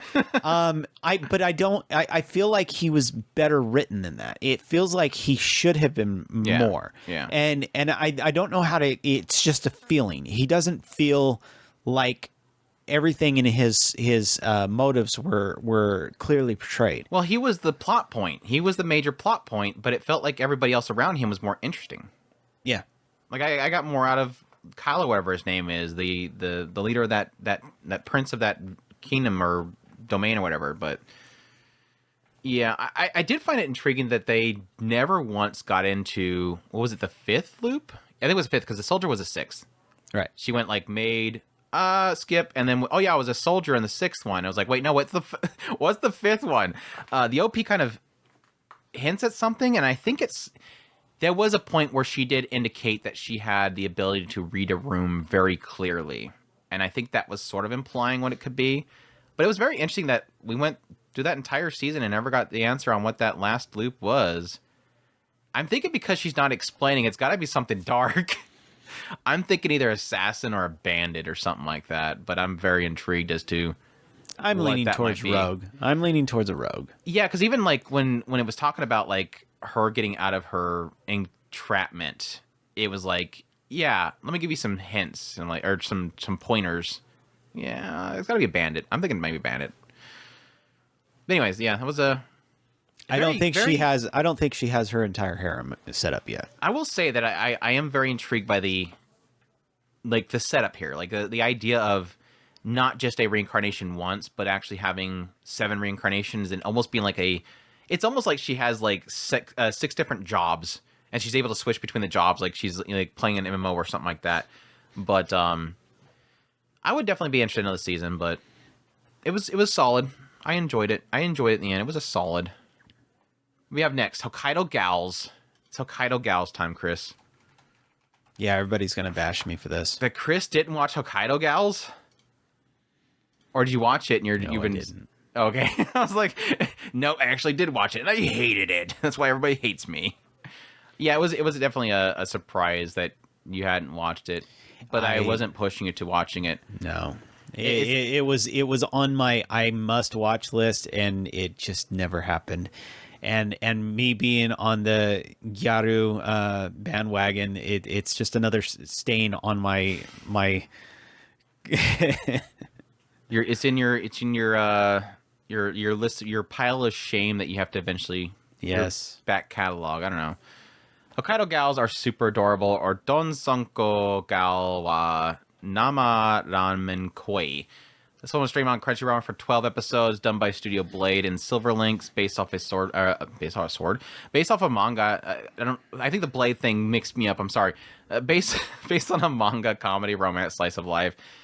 This one opens up with Tsubasa Shiki, and he is moving from Tokyo all the way out to Hokkaido. And when he arrives there, he gets out of the cab early for some stupid reason, because he figures he can walk to his home. It was a stupid decision, but actually a good decision, because he ends up running into Minami Fuyuki. and she is a gyal, or a gyaru, or a valley girl of Japan, wearing like a really short skirt, chest open, and it's freezing cold outside because it's Hokkaido and everything's frozen and snowy. But for the looks, she takes the pain. And yeah, he's kind of shocked by how she looks. She's in the middle of nowhere with the snow and everything. She's waiting for a bus. They talk for a little bit. She finds out that he's from Tokyo. She freaks out because she wants to go to Tokyo. She thinks Hokkaido is dumb. And eventually, the two of them meet at school. They go to the same school, become friends. And it kind of turns this whole thing where Fuyuki is helping Tsubasa sort of learn about Hokkaido, showing them the different places, different events they do, how they handle things, how they handle the snow, how the cold, and all that kind of stuff. Eventually meets the grandma of Tsubasa, who doesn't want him to mess with girls, wants him to be a proper man and focus on his studies. And yeah, eventually it seems like over time, Fuyuki kind of relearning to love Hokkaido through Tsubasa discovering Hokkaido. And then he meets other girls like Sayuri Akino, who is this girl that like has a problem with sweating too much, so she distances herself from other people and tries not to do too much activities. So she gets into a lot of video games. Then there's Rena, who's like his next door neighbor, who's like super like Japan geek. Like she sees him in like a traditional male like kimono kind of thing, and she just freaks out because she's like super into geeking of traditional Japanese stuff. And yeah, that's pretty much the story for the most part. But I will admit, this is kind of one of those shows where it's the whole perfect girlfriend gyaru type of show where I actually like the main girl. Like she's actually a really good character. But it's also one of those shows where I think it's almost like the writers spent a lot of time thinking about how they wanted to build the main girl and the main character's relationship, that all the other characters didn't really feel like they fit.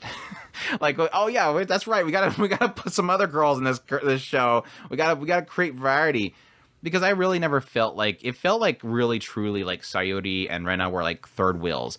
They did something with Rena to kind of help him, kind of nudge him a little bit more, and also helping him focus on his studies and stuff like that. But really, for me, I think the chemistry and how the story played out, I really liked Fuyuki and Tsubasa's relationship. I think they were really fantastic together. It's one of those rare cases where I root for the main girl, the main choice, the main cover girl. And that's mainly because Fuyuki is, through and through, she's not just a dumb gyaru character, which again is that whole kind of trope of assuming that they're dumb because they're a gyaru character, but they're actually really smart. It kind of plays in the whole idea where she's kind of ditzy. She has like a misunderstanding about how the world actually works. She obviously thinks that, Tokyo is the pinnacle of life because that's where all the gyaru are, and that's where all the cool people are, right? That's where life is. Not here out in Hokkaido, this big, out in the dirt area. But it kind of plays into her discovering again what's so great about her hometown, and that's through his experience with her. And yeah, playing into all these different scenarios where, like, when the grandma shows up and she goes out of her way to kind of help them, with a better route getting home. That way she doesn't get hurt. This old lady walking down this icy road and, running in possibly some black ice and, breaking her hip like her grandma did. She's very considerate, and she's very so much going out of her way in order to help other people. And yeah, constantly wanting to make friends with other people that think that she is just this person that's full of herself. So they played all that stuff out really well. And I think that's something that kind of carried me out throughout the series, even though every now and then it would kind of deviate to go to, again, Sayuri's side or Rena's side, which they're not terrible characters. I just didn't really get too much of a point of them besides maybe Rena being the excuse to make Fuyuki feel jealous. I don't know. Their purpose in the story didn't feel like they had like a place. So that was my biggest struggle throughout probably the second quarter, not second quarter, probably like the second half of the show. But I don't know. In the end, it was definitely a step up from what you typically get from these perfect waifu type of shows. I very so much so struggle calling it a harem because it doesn't really feel.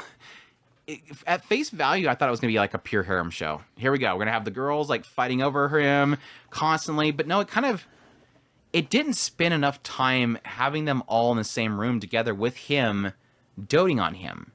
It very much so feels like, okay, first meet Fuyuki, second meet Akeno, introduce Akeno to Fuyuki because Fuyuki just loves everybody. She's like, she wants to meet Akeno because she's super hot. Oh man, that Rena girl, yeah, I badly want to meet her. There's no competition like you typically get with a harem type of thing. It's just he kind of meets each one of them one by one. He introduces them to Fuyuki. They're all friends, and in the end, question mark. So it definitely isn't what I thought it would be initially with the whole very kind of what would seem like a harem. It just seems like it's a decently set up story about rediscovering your roots, what's so great about the town that you're in, and yeah, slowly finding out his like for Fuyuki. Now, there is a little bit of a problem in Tsubasa himself. He's not there. Like, it doesn't feel... I got really very little out of the main character. He was very so much carried by literally everybody else. He had very little thought process of his own. What his purpose there was, I guess, was just to facilitate Fuyuki accidentally FaceTiming herself in the bath and dropping her phone. That's about the only thing that I got from his character was that he just facilitated the other characters to exist. And that's probably the biggest issue besides, like I said, Rena and Sayuri not really being that interesting. For the most part, I think Fuyuki kind of carries Fuyuki and her mom, because her mom's stacked and she's a Gyaru as well. But I think for the most part, Fuyuki kind of carries it. So I don't know. That's kind of my ending thoughts. I don't think it's amazing, but at the same time, it's very much so above the average bar for me with these types of shows, which again is kind of a slightly hinting at, but slightly just mostly being perfect waifu type of show. You just so you know, you kind of knocked it down a couple pegs. I wanted that to be a Gyaru harem show, and that I did not get. So I will be going ahead and holding off on catching up on that one. I want the Gyaru harem show. That's what I want. I'm like, any other time, I have mostly an opposing opinion to you, so I'm not sure why you're taking my my opinion on it whatsoever. But yeah, that's Hokkaido Gals. What about Strongest Tank, Chris? I got a full show for myself. What about you taking on the Strongest Tank with his girls? I got my tank show. I got my tank show. That's what I wanted. Tank girls and sisters. And sisters. Pretty much all of them are sisters, so we'll go with that. They're all sisters? No, they're not really all sisters, but no, not really. I just said that because it sounded funny. The Strongest Tank's Labyrinth raids. A tank with a rare 9999999 resistance skill got kicked from the hero's party. I forgot that was a thing. Saikyo Tank no Meikyo Kyoraku Tairoku 99999. What's the 9? Is it Roku? 9? That was Roku's 6. Q? No. Q? No. Q. Q? It's Q. It's Q? So it's 9. So Q. Q. Q. Just Q? Q. It would be one of the Q. That sounds like I'm crying. Q. No. Well, you would have to put in the 1,000, 9,000. Oh yeah, they don't do that. Yeah, they sometimes do that. Tank Yusha Party wo Suiho Sareru. This one is done by Studio Polon, based on a light novel, action, adventure, fantasy. But yeah, this one opens up with Rude. He like the title. The title. Anyways, the title told you literally the whole synopsis. He's the strongest tank, and he gets kicked out of the hero's party. He has some rare skill, which he finds because he ends up running into this homunculus, and she has this ability to appraise, and he has her appraise him to find out what his skill is, because something's wrong with how he plays. He's like going out with the party, and for some reason he's losing stats, but nothing's really happening, so he knows that something's wrong with his skills, and so she reveals his, 3 different skills? One is that he reflects damage, one that he can cover people's damage, and wasn't there one other one? Yes, there is one other one, but it is more revealed in the latter. That was the one that she couldn't appraise or something like that. But Yeah. he ends up finding that out. He's like, oh, that's great. He goes back to his home. He's like obsessed with his little sister. He's so happy he's with his sister again. Ends up testing out his ability with some other people. And that's as far as I got. And yeah, the homunculus felt like she was going to get forced into labor at the town, but then they realized she has to. She slowly realized that she's not going to. This old lady was really mean. The old lady yelled at those little kids, and she's like, she's going to yell at me too, isn't she? She's going to force me to work on stuff. And she's one of those sweet old ladies that just is stern. Yeah, stern. Yeah. Oh, so. Oh, yeah, the sister was, like, sad because her brother is always doting on her and not doing anything because she's ill or something. So, and yeah, she has a hug thing that... Yeah, she has a wig. I like this show. Yeah, because she had the disease. She had some kind of weird disease, and the family literally was going to ditch her, and he went back home. Like, he broke off from the family and went back home to her. Like, they literally abandoned the sister because she was sick. I'm like, well, this stupid show has a tragic story to it. I did like the show. I would put it above mid. But I do have this bias of enjoying tank stories, so I like the hearing the tank getting past the situation that whatever's in front of them. So I generally enjoy that. This one, you have a lot of interesting, fun characters. The side mechanics, I'm mixed on it. The world mechanics that they were trying to do, I can see it. I think it's kind of there, but it doesn't have a lot of. It has a lot of outer shell, but nothing on the inside. I can see where it's going. I want to. So it's the right Twix, not the left Twix, then. Probably. It's funny because outer, but nothing inner. I like when they try to kind of put gaming mechanics into the world and try to kind of tweak it to kind of tell their weird story. And they're doing a lot of that. Like Andrew had mentioned, the appraisal skill, the homunculuses, we dig into the homunculi and how they kind of fit into the world. They dig into the labyrinths, and they're trying to kind of build a world around these different things. The demon lords are there, but the demons were a race that was defeated millions of years ago, or whatever, however many thousands of years, whatever.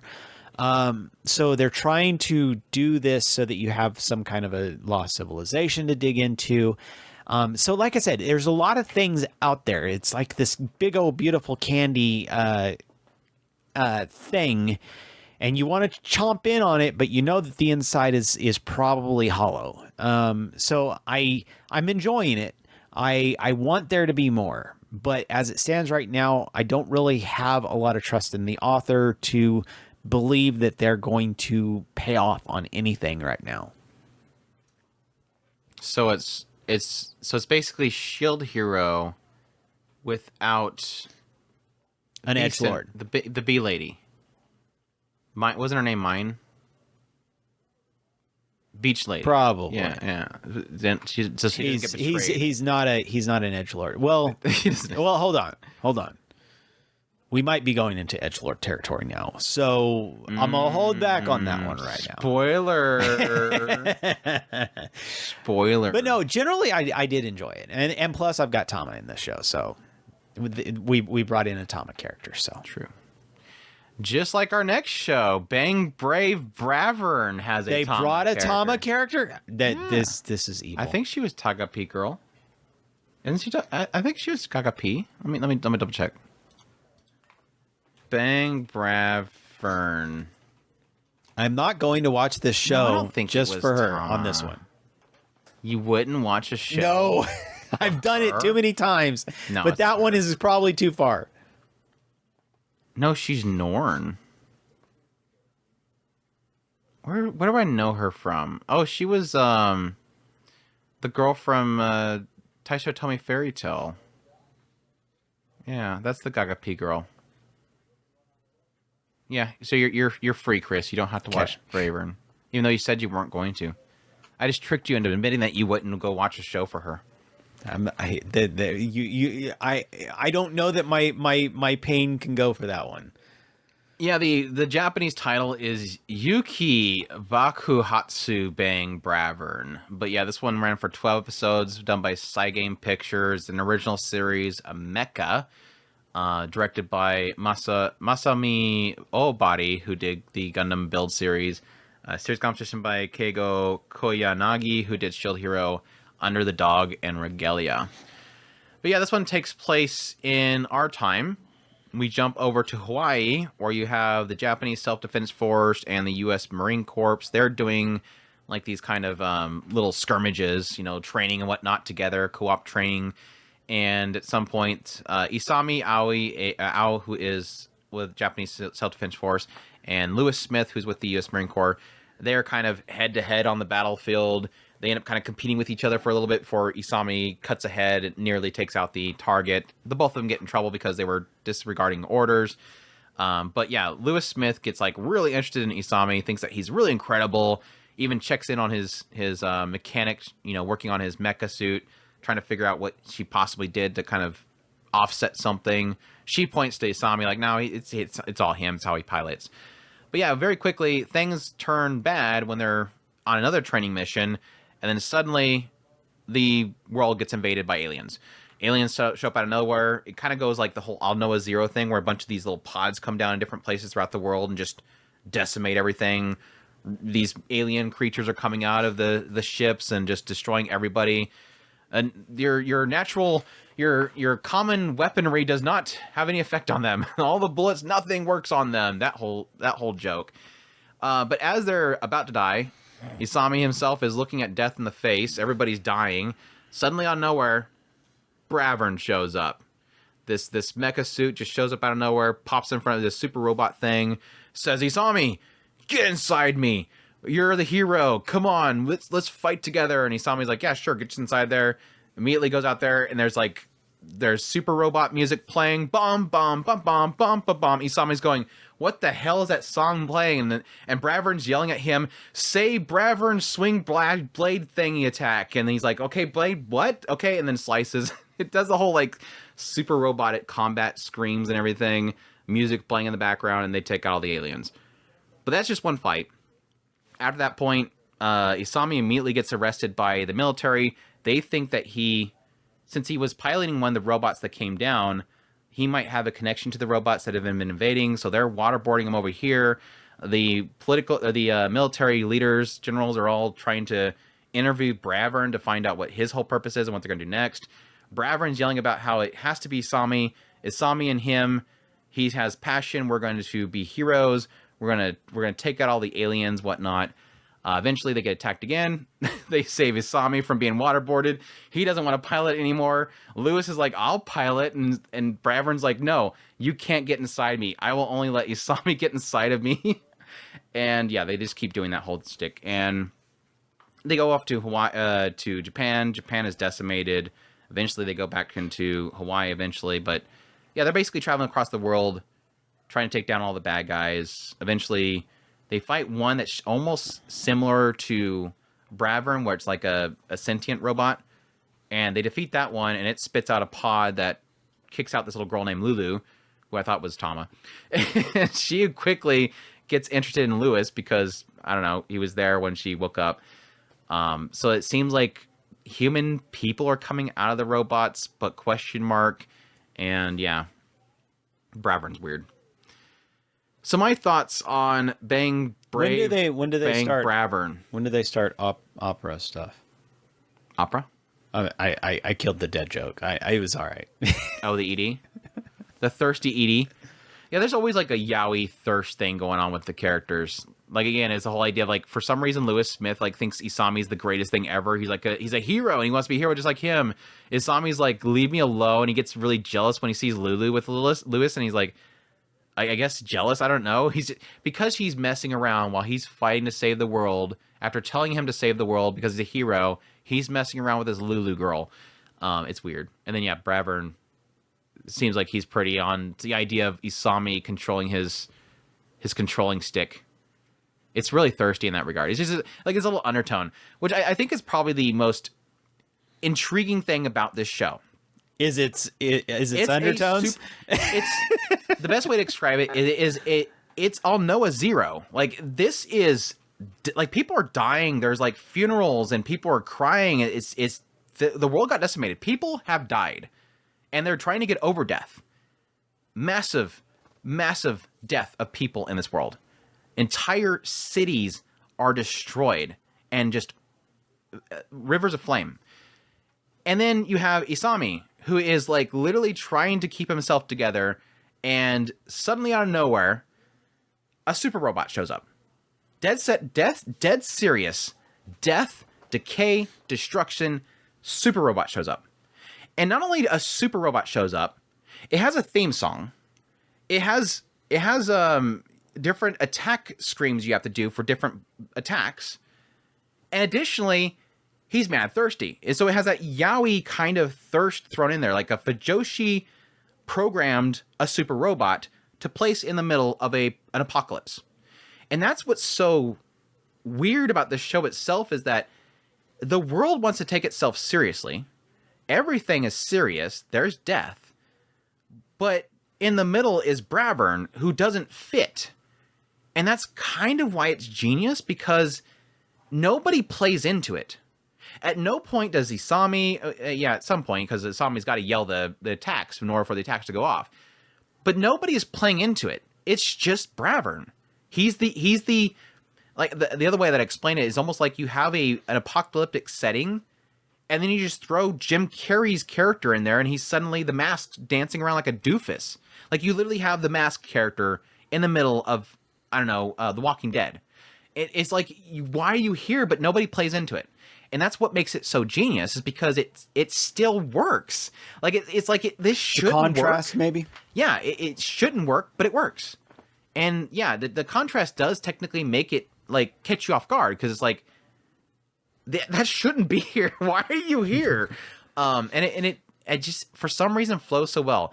I think later on Lulu kind of helps that, because I kind of play her out to be like she's the trope core girl that seems to have some sort of hidden power. She's alien, and she's kind of obnoxious, but she's supposed to be sort of cutesy and moe in a mecha type show or something like that, where again everybody else is being serious, but she's over here screaming Gaga P, and she's punching. You might be selling me on this. Literally, her introduction is she wakes up and screams Gaga P, and then pukes in Lewis's face. And then later on, when she wakes up again, she literally kicks the crap out of Lewis before he accidentally releases her plug suit, before she's fully naked and collapses on top of him. And then Bravern and Isami show up, and he's mad because while he's fighting, Lewis and Lulu are in this room together, and they're naked on top of each other. And then later on, she literally punches Isami in the face because he ignores Lewis. She's crazy. Like Lulu is absolutely crazy. And again, I almost feel like, just like Bravern, where he's almost like an over-the-top comedic routine in the middle of an apocalypse, she is the trope core alien girl that has some possible power and mystery about her that's just so foreign to the world because she's over-the-top goofy and alien to the situation. And so it almost feels like they overplay her to an almost obnoxious level, because yeah, sometimes when you hear her yelling Gaga P and she's screaming it's like, holy crap, girl, 2 notches down. But I think it's supposed to be annoying because she's so weird in the setting. And it keeps doing that throughout the entire day. Every one of these like sentient robots they run into are just weird because they all have a dream and they want that dream to be revealed. And in some cases, those dreams are, I think they sort of went into a 7 Deadly Sins thing with it eventually, but it's like these different desires they have to be fulfilled. But it's like, why are you here to get that fulfilled? It's like, what? What? This is your purpose? This is what you want? At some point, there was a stinker moment in the series, and I think it was a twist. I think a lot of people are probably going to like this show and 10 out of 10 it because they like the twist. I think the twist was dumb because it doesn't make any sense. And I don't want to get into the details because it spoils it incredibly. But I thought me personally, I thought the twist was dumb, and it doesn't make any sense. but it is what it is. But I think for me, that doesn't really matter because my initial enjoyment was what I enjoyed throughout the entire thing, which is the absurdity in a serious setting. Now, I do think that sort of falls into the same category as something like Chain Soldier, where I'm just waiting for the next outrageous moment. And I like that they don't overdo it to the point where you're just expecting it every 2 seconds. What's the next goofy thing that's going to happen? No, it lets you like settle down for a little bit, then something absurd happens again. So I do like they kind of pace it out very well. But yeah, I think in the end, it's a very unique show, and I think that's what intrigued me the most about it. There's just nothing really like this show anywhere else. Like, I don't think I can really name you a show that has the same vibe as this show. Again, it is a super mecha robot show. It's a military mecha type of show. It's a war tragic story, but it all kind of comes together, and I think what I would probably admit to being a perfect synergy. And I think how they pulled that off, I don't know, but they did. Do I think it's incredible? Not really. But I think it's a really solid series. I think that the drama kind of would probably be hard to kind of. I have to get through all of this to get these one moments. But see, it doesn't. But like I said, because it does a good synergy of it, it never sits anything. Nothing is ever set in. Like, for example, early on, after you have Bravern saves everybody, and he's talking with the generals about how crazy great Isami is, and he's a hero, and we're gonna save the world together. Where is Isami at? And then it cuts over, and you have literally everybody in there in front of this thing where they take the jets and they park them in there and they close them up like a garage hangar. Hangars. They go into the hangar, and there's a bunch of bodies that are inside of bags, and everybody's kind of sniffling, everything like that. 4 seconds, cut the next scene. Okay, now we're doing some goofy things again. Hey, what's going on over in Japan? I don't know. We just got the drone over there. Let's check out the drone. Suddenly, everybody's like, crap. Everybody's kind of terrified because there's this river of fire that's engulfed the entire city. Then cut to Bravern. Let's go, guys. Jumps inside the Bravern. Don't. Like, it never spends too much time on each individual thing. It doesn't stick in there. Like, there's a side of me that kind of was a little bit unsettled by how they spend a little bit of time on Isami being waterboarded. But again, cut over. Now Bravern's over here. Where's Isami at? Cuts back over. Crap. Again, it balances it.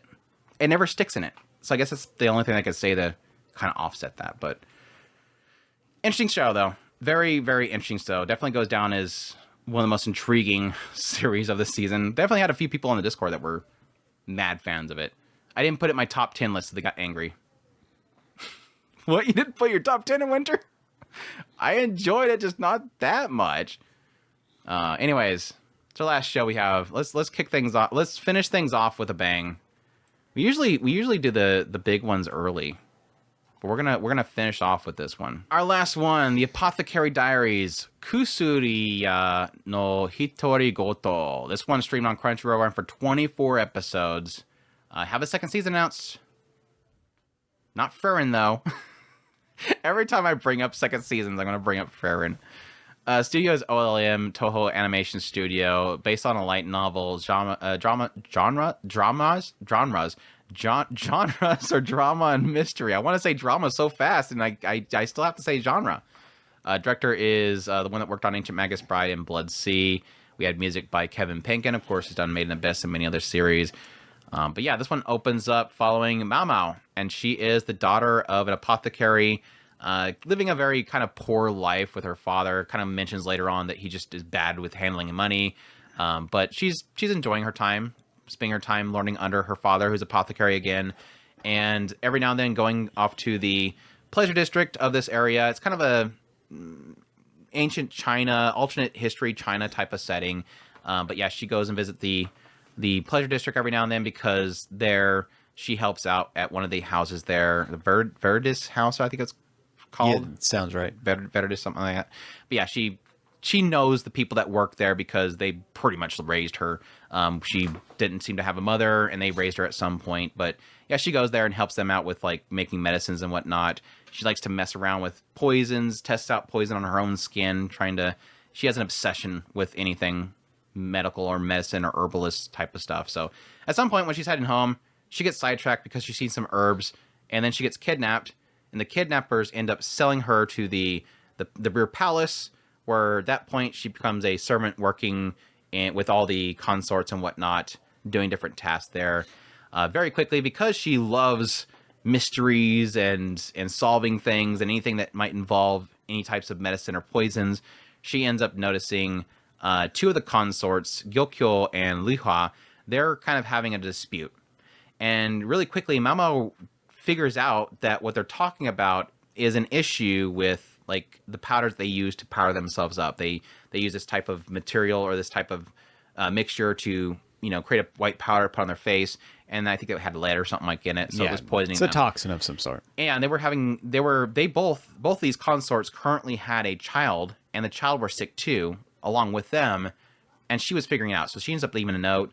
The manager of the rear palace, which is Jinshi, he kind of realized that she possibly was involved, ends up tricking her by having a bunch of the servants come in and asking if they read a note, and the note itself says to stay behind if you read this, and then sends everybody off, and she realizes very quickly that he wants me because he knows that I can write where all these other servants can't. So obviously I was the one that wrote the note for Gyokyo and Lihua. But yeah, this kind of, from this point on, because she now has Jinshi's attention, he knows that she's very smart, she's very crafty, she knows a lot about different types of medicines and whatnot. He kind of gets her involved with different mysteries throughout the rear palace. If there's something going on, he gets her involved. They kind of described early on that she sort of has this mixture of herself. She's obsessed with medicine, obsessed with poisons, but she has a twinge of justice in her. So obviously when something is wrong, she wants to undo it. And much to her own issue, because she doesn't want to get her head chopped off. And often in a lot of situations like this kind of a setting, you want to keep your head down. And again, when she first arrives at the palace, she says that. She's like, all right, just keep your head down, work your years. Once she's done her contract, she can get out of there. It's one of those cases where it's like, there's nothing she could do about it. She got kidnapped. They sold her off. She can't go complain to the manager. Yep. She just has to do her time. The manager bought her. Home. So yeah, exactly. But yeah, that's kind of the setup. Later on, it gets a lot of stuff involved with like the emperor. Eventually, she kind of gets into another section of the palace itself. Different characters, relationship with Jinshi, all the different consorts, her own father, all that kind of stuff all mixed up in one. So, and Mama was a dork. Did I mention that? Mama was a dork. Is she? Yeah, Mama was a dork. And now Yuki nails it. She does. Thoughts? Oh, we have been waiting a long time to talk about this show. No, we talked about it 5 weeks ago on our spoiler discussion? Did we talk about it then? Yeah. Were we happy about it? Yeah. You were a little bit behind me, though, at the time. Was I? Because I started talking about, how they were bringing up, what's her face again? Lolin. And you hadn't quite got to that point. We got to the point where, yeah, the whole thing with the attempted killing of a certain very important character, and we were talking about our theories on that whole situation, which was a lot of fun. Which, damn, we needed to have another spoiler discussion revolving what our thoughts of the end, because that was a bait and switch. If that wasn't a bait and switch, I don't know what was. Yeah. That was quite a bait and switch. That whole last episode was super good. Yeah. I could not have asked for a better ending. I joke aside, I really did love this show. If you have not watched this, please go watch it. I don't want to be more clear than that. We can debate on what this or that. This is easily one of my favorite shows so far. I think this is probably my favorite period piece drama ever. No, I mean, I'm not really good, but this is like a whole nother level. Showa kind of still holds a little bit higher than this. Yeah, that's newer though, which I guess yes is still technically a period piece, but I mean correction, a Chinese type of feudal Japan. We can use that and just say we can do that. There. We can use the caveat for that. I'm not talking Showa. I'm going further back. But I think it did such a great job of nailing that setting, the aesthetic. Let's just talk about the visuals. This show looks gorgeous. Absolutely. They did an incredible job with it. The final dance was absolutely. You knew they had to eventually do it. Huh? I was waiting for it the entire season, since the very entire beginning. Show. They've been teasing that. But yeah, I think they nailed the setting. I think they nailed Mamao's character, how she fits in. The charisma between all the different characters. There's just such great chemistry. There's fantastic storytelling. We can quibble here and there about whether or not the Zelda puzzle sucked. Let's admit, but that was a rare case. It was a very rare case. And that's. I mean, all of my Zelda game nitpicks. Though I did. So I played the Zelda game. She did exactly. Well, it's a bunch of quibbles. I mean that's it. That's the most that I've got to go against with this. I absolutely love this show. It did a fantastic job. Every character seems very well thought out. Every character moves within a mindset of what they have going on in their life, and it all works for me. So I have been very thrilled with it. This is one of the very few shows that I fell behind on. I think that the 1 week that Andrew was talking about, that when we did our spoiler cast, that was probably behind on. Okay. I didn't. I don't feel like I fell behind. I think it probably came out that day, or it was because I'm always working. It's a Saturday show. It's a Saturday show, and I'm working. Mondays. Yeah, and I'm working on those literally 6 until like midnight, 2-3 o'clock in the morning, and then I'm going. I know, and well, my point being is that sometimes it gets a little hard, and so I don't necessarily fall behind. I just hit it right then as when I first have my first shot to watch it, and just happened to be the spoiler cast that weekend.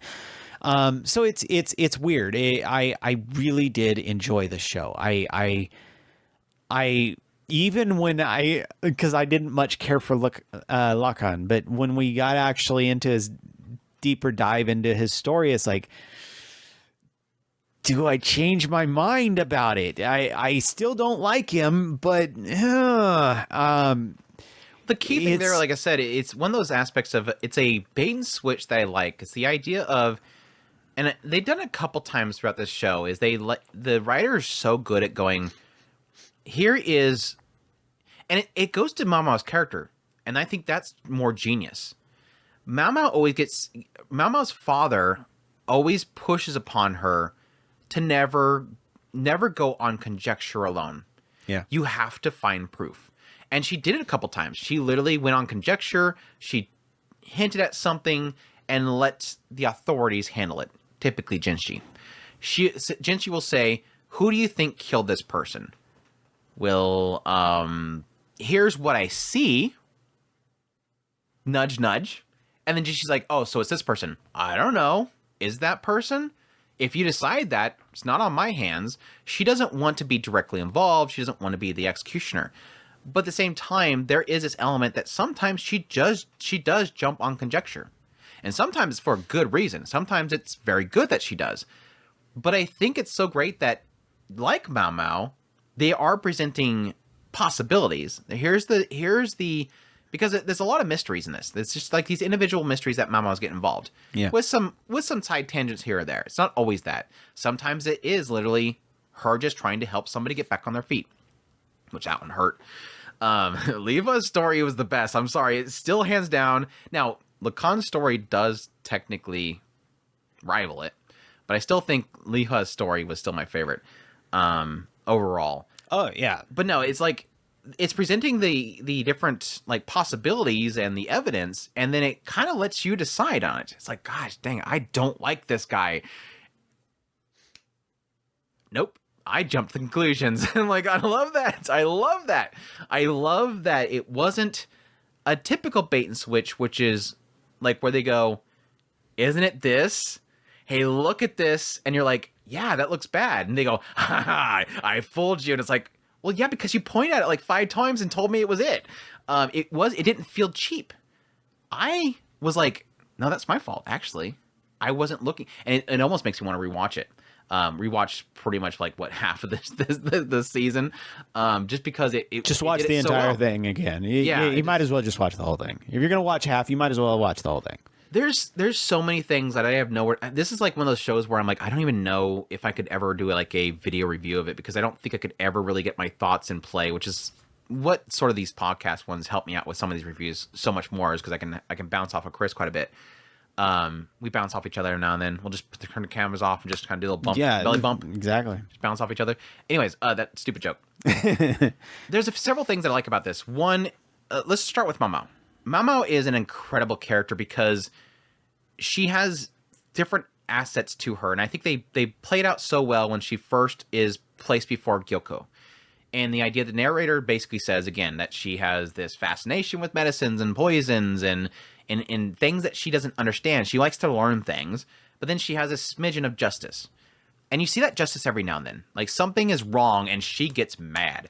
Like, when the whole thing with Lifa came up, she literally went over there and just smacked somebody. And these chicks are terrified of her because she's scary and all that kind of stuff. But she has a sense of justice, and so she'll fix something when it seems like it's wrong. But then at the same time, there is a lot of what I feel is relatable self-preservation in her, and the idea that she doesn't want to stick her head out there. She knows her place. And I love how constantly that is something that Jinshi just does not see. He doesn't see what she sees. They see the world differently. Jinshi, obviously, from the very beginning, feels like somebody that is in a higher place, whereas Mao Mao is a commoner. So there's always this distance that she's creating in the idea of, no, you don't understand. If I step out there and I make the wrong person mad, they will kill me. They will pin some blame on me, and I'm dead. And I'm not you. And this is one of the best scenes for that. It literally was done. They were talking about a flower, and if either it was she was talking about the flower, and then she just went off on a random side tangent, and Jinshi was trying to follow it, and she literally laid this entire thing out of trying to get him to understand it from her perspective. Of literally, no, she said, if you have to kill me, make sure it's poison. Yeah, because I like the tingle on my tongue. And he was absolutely dumbfounded. He couldn't figure out, why the hell would you tell me to kill you? And I mean, she said, you need to understand where I am and who I am compared to who you are. Yeah, it's one of those kind of realization moments, I think, where it's like, you keep pushing me towards solving these issues, and at the same time, you do know, again, like I say, if she makes the wrong person mad, they kind of pointed that out, I think, early on, is this idea that, yeah, that was definitely one of the earlier cases. There's this issue where a lot of these people, especially like the consorts and stuff like that, if they do something wrong, or if an official does something wrong, what's the best way to cover their tracks? Yep. Pin it on a servant. Servants are disposable in a lot of cases. And so we had several cases of that where they took the truth to their grave, and nobody questions it. Oh, there's a note left behind. Guess that's this problem solved. No. And that's something that I always enjoyed, is that contrast between Mao Mao and literally everybody around her. There's a great contrast between each of these characters and what they're dealing with. The writer does so well in saying, this is a consort. This is what Gyoko, the consort, is going through, and this is her world. This is her pavilion, and this is her world. Lifa, over here. This is her. She's a consort. This is her pavilion. This is her world. Mao Mao, this is her world. Jinshi, this is his world. And they does so well in sort of having those separate, but at the same time having to collide in certain cases. But still, you fully understand how different each one of these characters are, and what they're going through, and what drives them. In most cases for Gyokyo is seeing Jinshi flustered about where Mama's at. What Mama is doing. Gyokyo's like, I love this because I know that Jinshi's going to freak when he finds out where Mama has been. But it does so well in kind of contrasting those characters, the essentially the levels of like their societal position in life and what makes them so differently. Each one of the mysteries. I will admit, this is probably where I'm going to only get my like criticism of this show, is I think all the stories were fantastic. I think like the first 3 episodes were just absolute peak. I was at that point going, people, you have to watch this show. Because I think we had like a 2 or 3 episode drop of it early on. But I was telling people, watch this show. Like they literally made me emotional for 2 characters I barely spent any time with. If you could pull that off, and yeah, hats off to Kevin Penkin, by the way, because he had the vocals in there and everything. if they can make me emotional about a character that I barely know, what are they going to go do next? And they did that literally with Lifa. I think Lifa, again, her story was incredible. And every character after that I loved. Even Lishu, Yokyo, every single one of them. Ado. These characters are incredible. I think the whole segment with the Rear Palace was pure gold.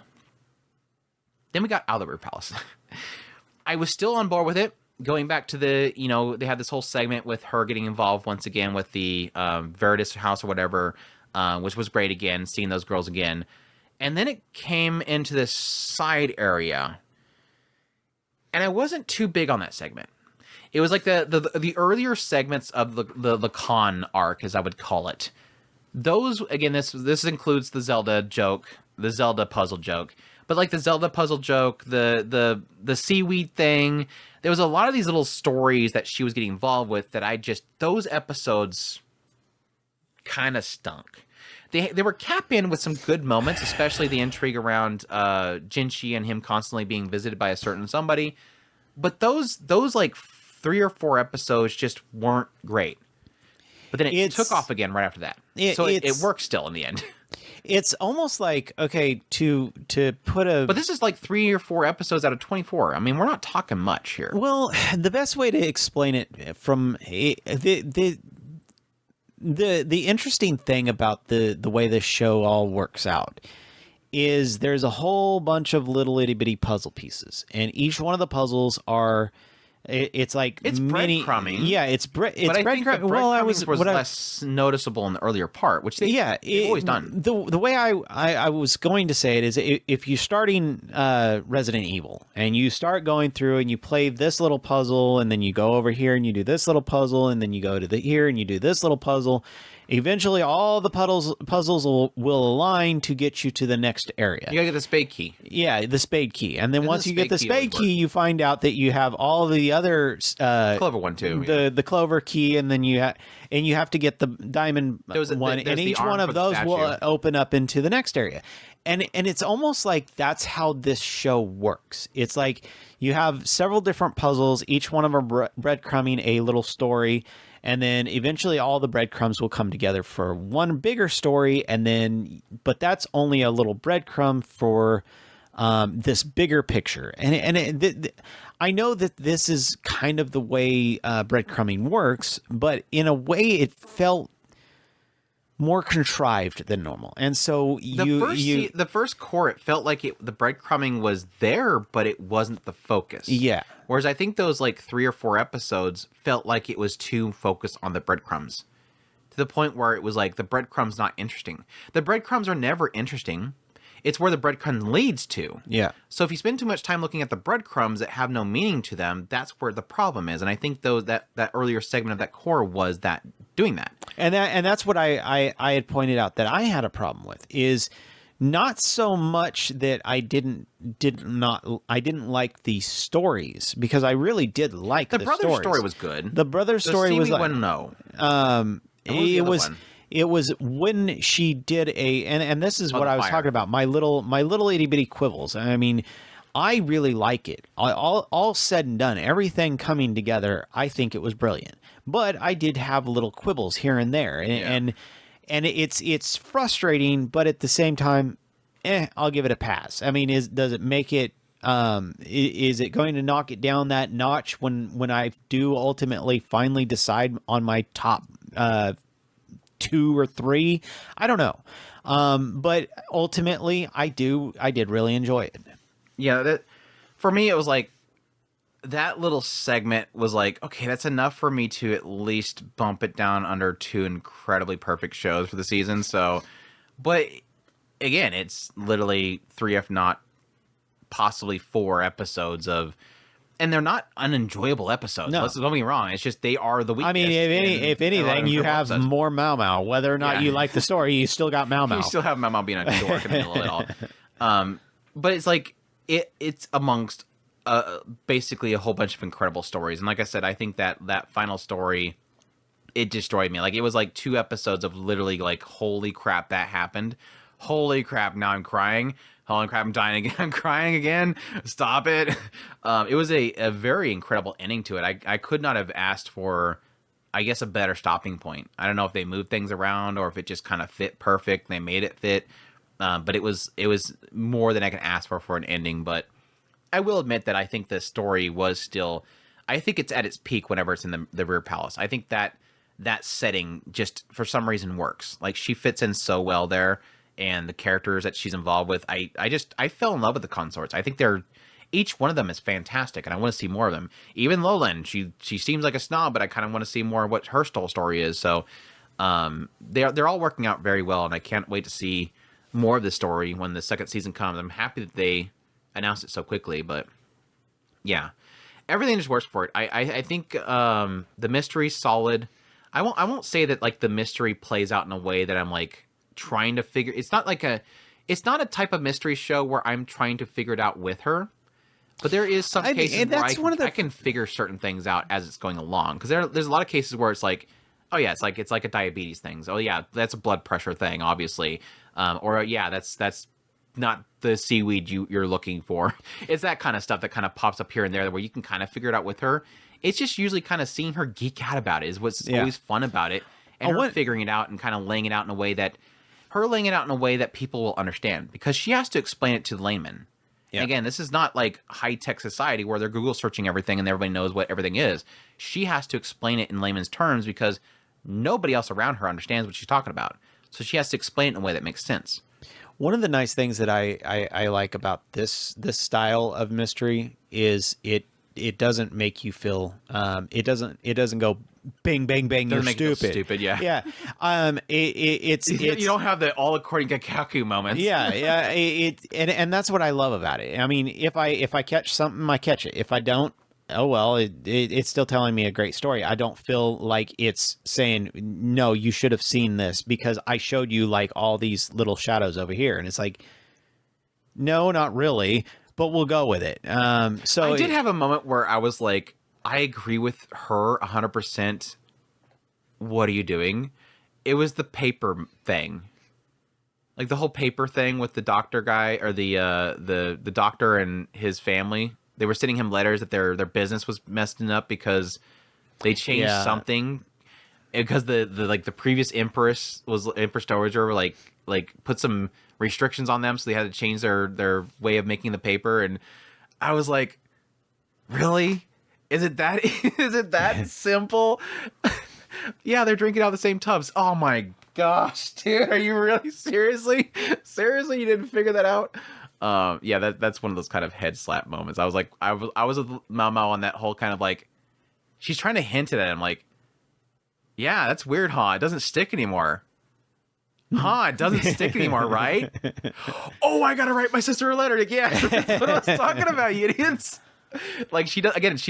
There's so many of these moments where she's like literally going, "Hey, so what's going on? Oh, that's terrible. Yeah. Hey, look at this. That's weird, huh?" It's like she's not saying that here's the answer. She's literally going, "Man, well, that's weird. What'd you figure out? What? Oh, yeah, okay, sure." It's always that like I don't want to get directly involved kind of moments, and I love it. That one especially is like that whole, okay, why is she distancing herself so much from this dude? It's like, just get involved with it. You don't have to stray around it. It's fun. I like it. Yeah, I'm in credit. I love the show. It's like a 9.5 for me. I almost want to say just 10, just like whatever. Who cares about those? It's my list. I'm gonna make it a 10. No, just go with it and perfect it. But I think like on Mal and stuff, I'll probably just end up putting it as a 10 anyway, just so I can keep it up there in that kind of bracket, because I don't think those 3 or so episodes really does affect it at all. I think in the end, this is a show that every single week I was looking forward to. I love talking about it. I love doing my video series on it. Pretty much covered it every single weekend. So if you guys decide to watch this show and you want to, it's cool to have every now and then these people that are like, "Hey, I just started watching this show and I've been watching your videos for it." And I'm like, that's a cool idea. Just like watching the show and then going over to my videos to talk about it. Because the problem with a lot of people when they're like watching it post the season's airing, is they're just binging it. And I think it kind of loses that value that we got to experience, was where we were watching it every week. And for me, making a video on it, we had our people on the Discord and stuff watching my videos on it, and we're all talking about what my thoughts are on it and everything. And it's like people getting to be able to experience that, because it's kind of one of those, it's kind of one of those shows, especially the second half. It's kind of one of those. Well, no, the first half too, especially with everything around, like the mystery behind a certain missing children. Yeah. Like there's that whole thing was like we were having so much fun speculating on that stuff. And who the hell is this Jinshi guy? And then the second half was, again, most of it was like, who the hell is Lacan? And now we're bringing up the things about the kids again. There's a few points in this series where it was really fun to speculate on, and they've kind of put some answers to a lot of things, but there's still some limiting question marks that I'm really interested to see. I'm still very curious as to how because I still think that there is a bigger question involved with her real parentage and his real parentage and all that confusion going around with all that. So I still think that there is still questions that need to be answered. We can still lean. Her side's done, but yeah. Do you really think so? I think the other side is still a massive question mark. The other side is still a massive question mark. So we'll see, though. I don't even know how much they burned through. I'm curious how much I know that they were going. I know that I heard early on they were taking their time. So this might be one of those ones where maybe they didn't even get through. They may have done a volume per core, or maybe they just stuck with one volume for the first core or the first season. But yeah, this is definitely one of those ones where I would be pretty tempted to jump into the light novel later on. I'll put in that big, huge list that's constantly growing because I'm taking my damn sweet time on Mushoku Tensei. If I wasn't doing Mushoku Monday, I'd probably be burning through a whole bunch of light novels, but I'm taking my sweet time on Mushoku. It's good, though. I want to take my time on Mushoku. I don't want to finish it. I want to just take my time, never let it end. That way I'll never have to switch to anything else and be There's after stories. You don't have to worry about it. True, right? They'll continue to write forever and ever. But yeah, I would love to possibly read this one. I heard that the adaptation was pretty faithful, so I'm not too concerned that it's going to be like vastly different, but I would love to get more. Anyhow, I'm curious if they have like super Chinese names in the light novel. Like most of these were easy to get. Like I had to like write down how I would pronounce Li Fa because I kept saying Li Hua. So I was getting I was leaning like way into the Chinese, but the most part I didn't have too much problem with these. I usually have some massive problems with some of these Chinese names, but these weren't bad. I think they're Chinese. I believe they are. Xiaolan is definitely Chinese. I just don't think I've ever heard of Mao Mao. That one seems different. I don't think that's her real name. Oh yeah, they called her like Malhone or something like that. They had another name for her. I forget what it was. Anyways, that is this first parter of our I almost said spring. I'm already in the spring brain. Winter 2024 anime season reviews.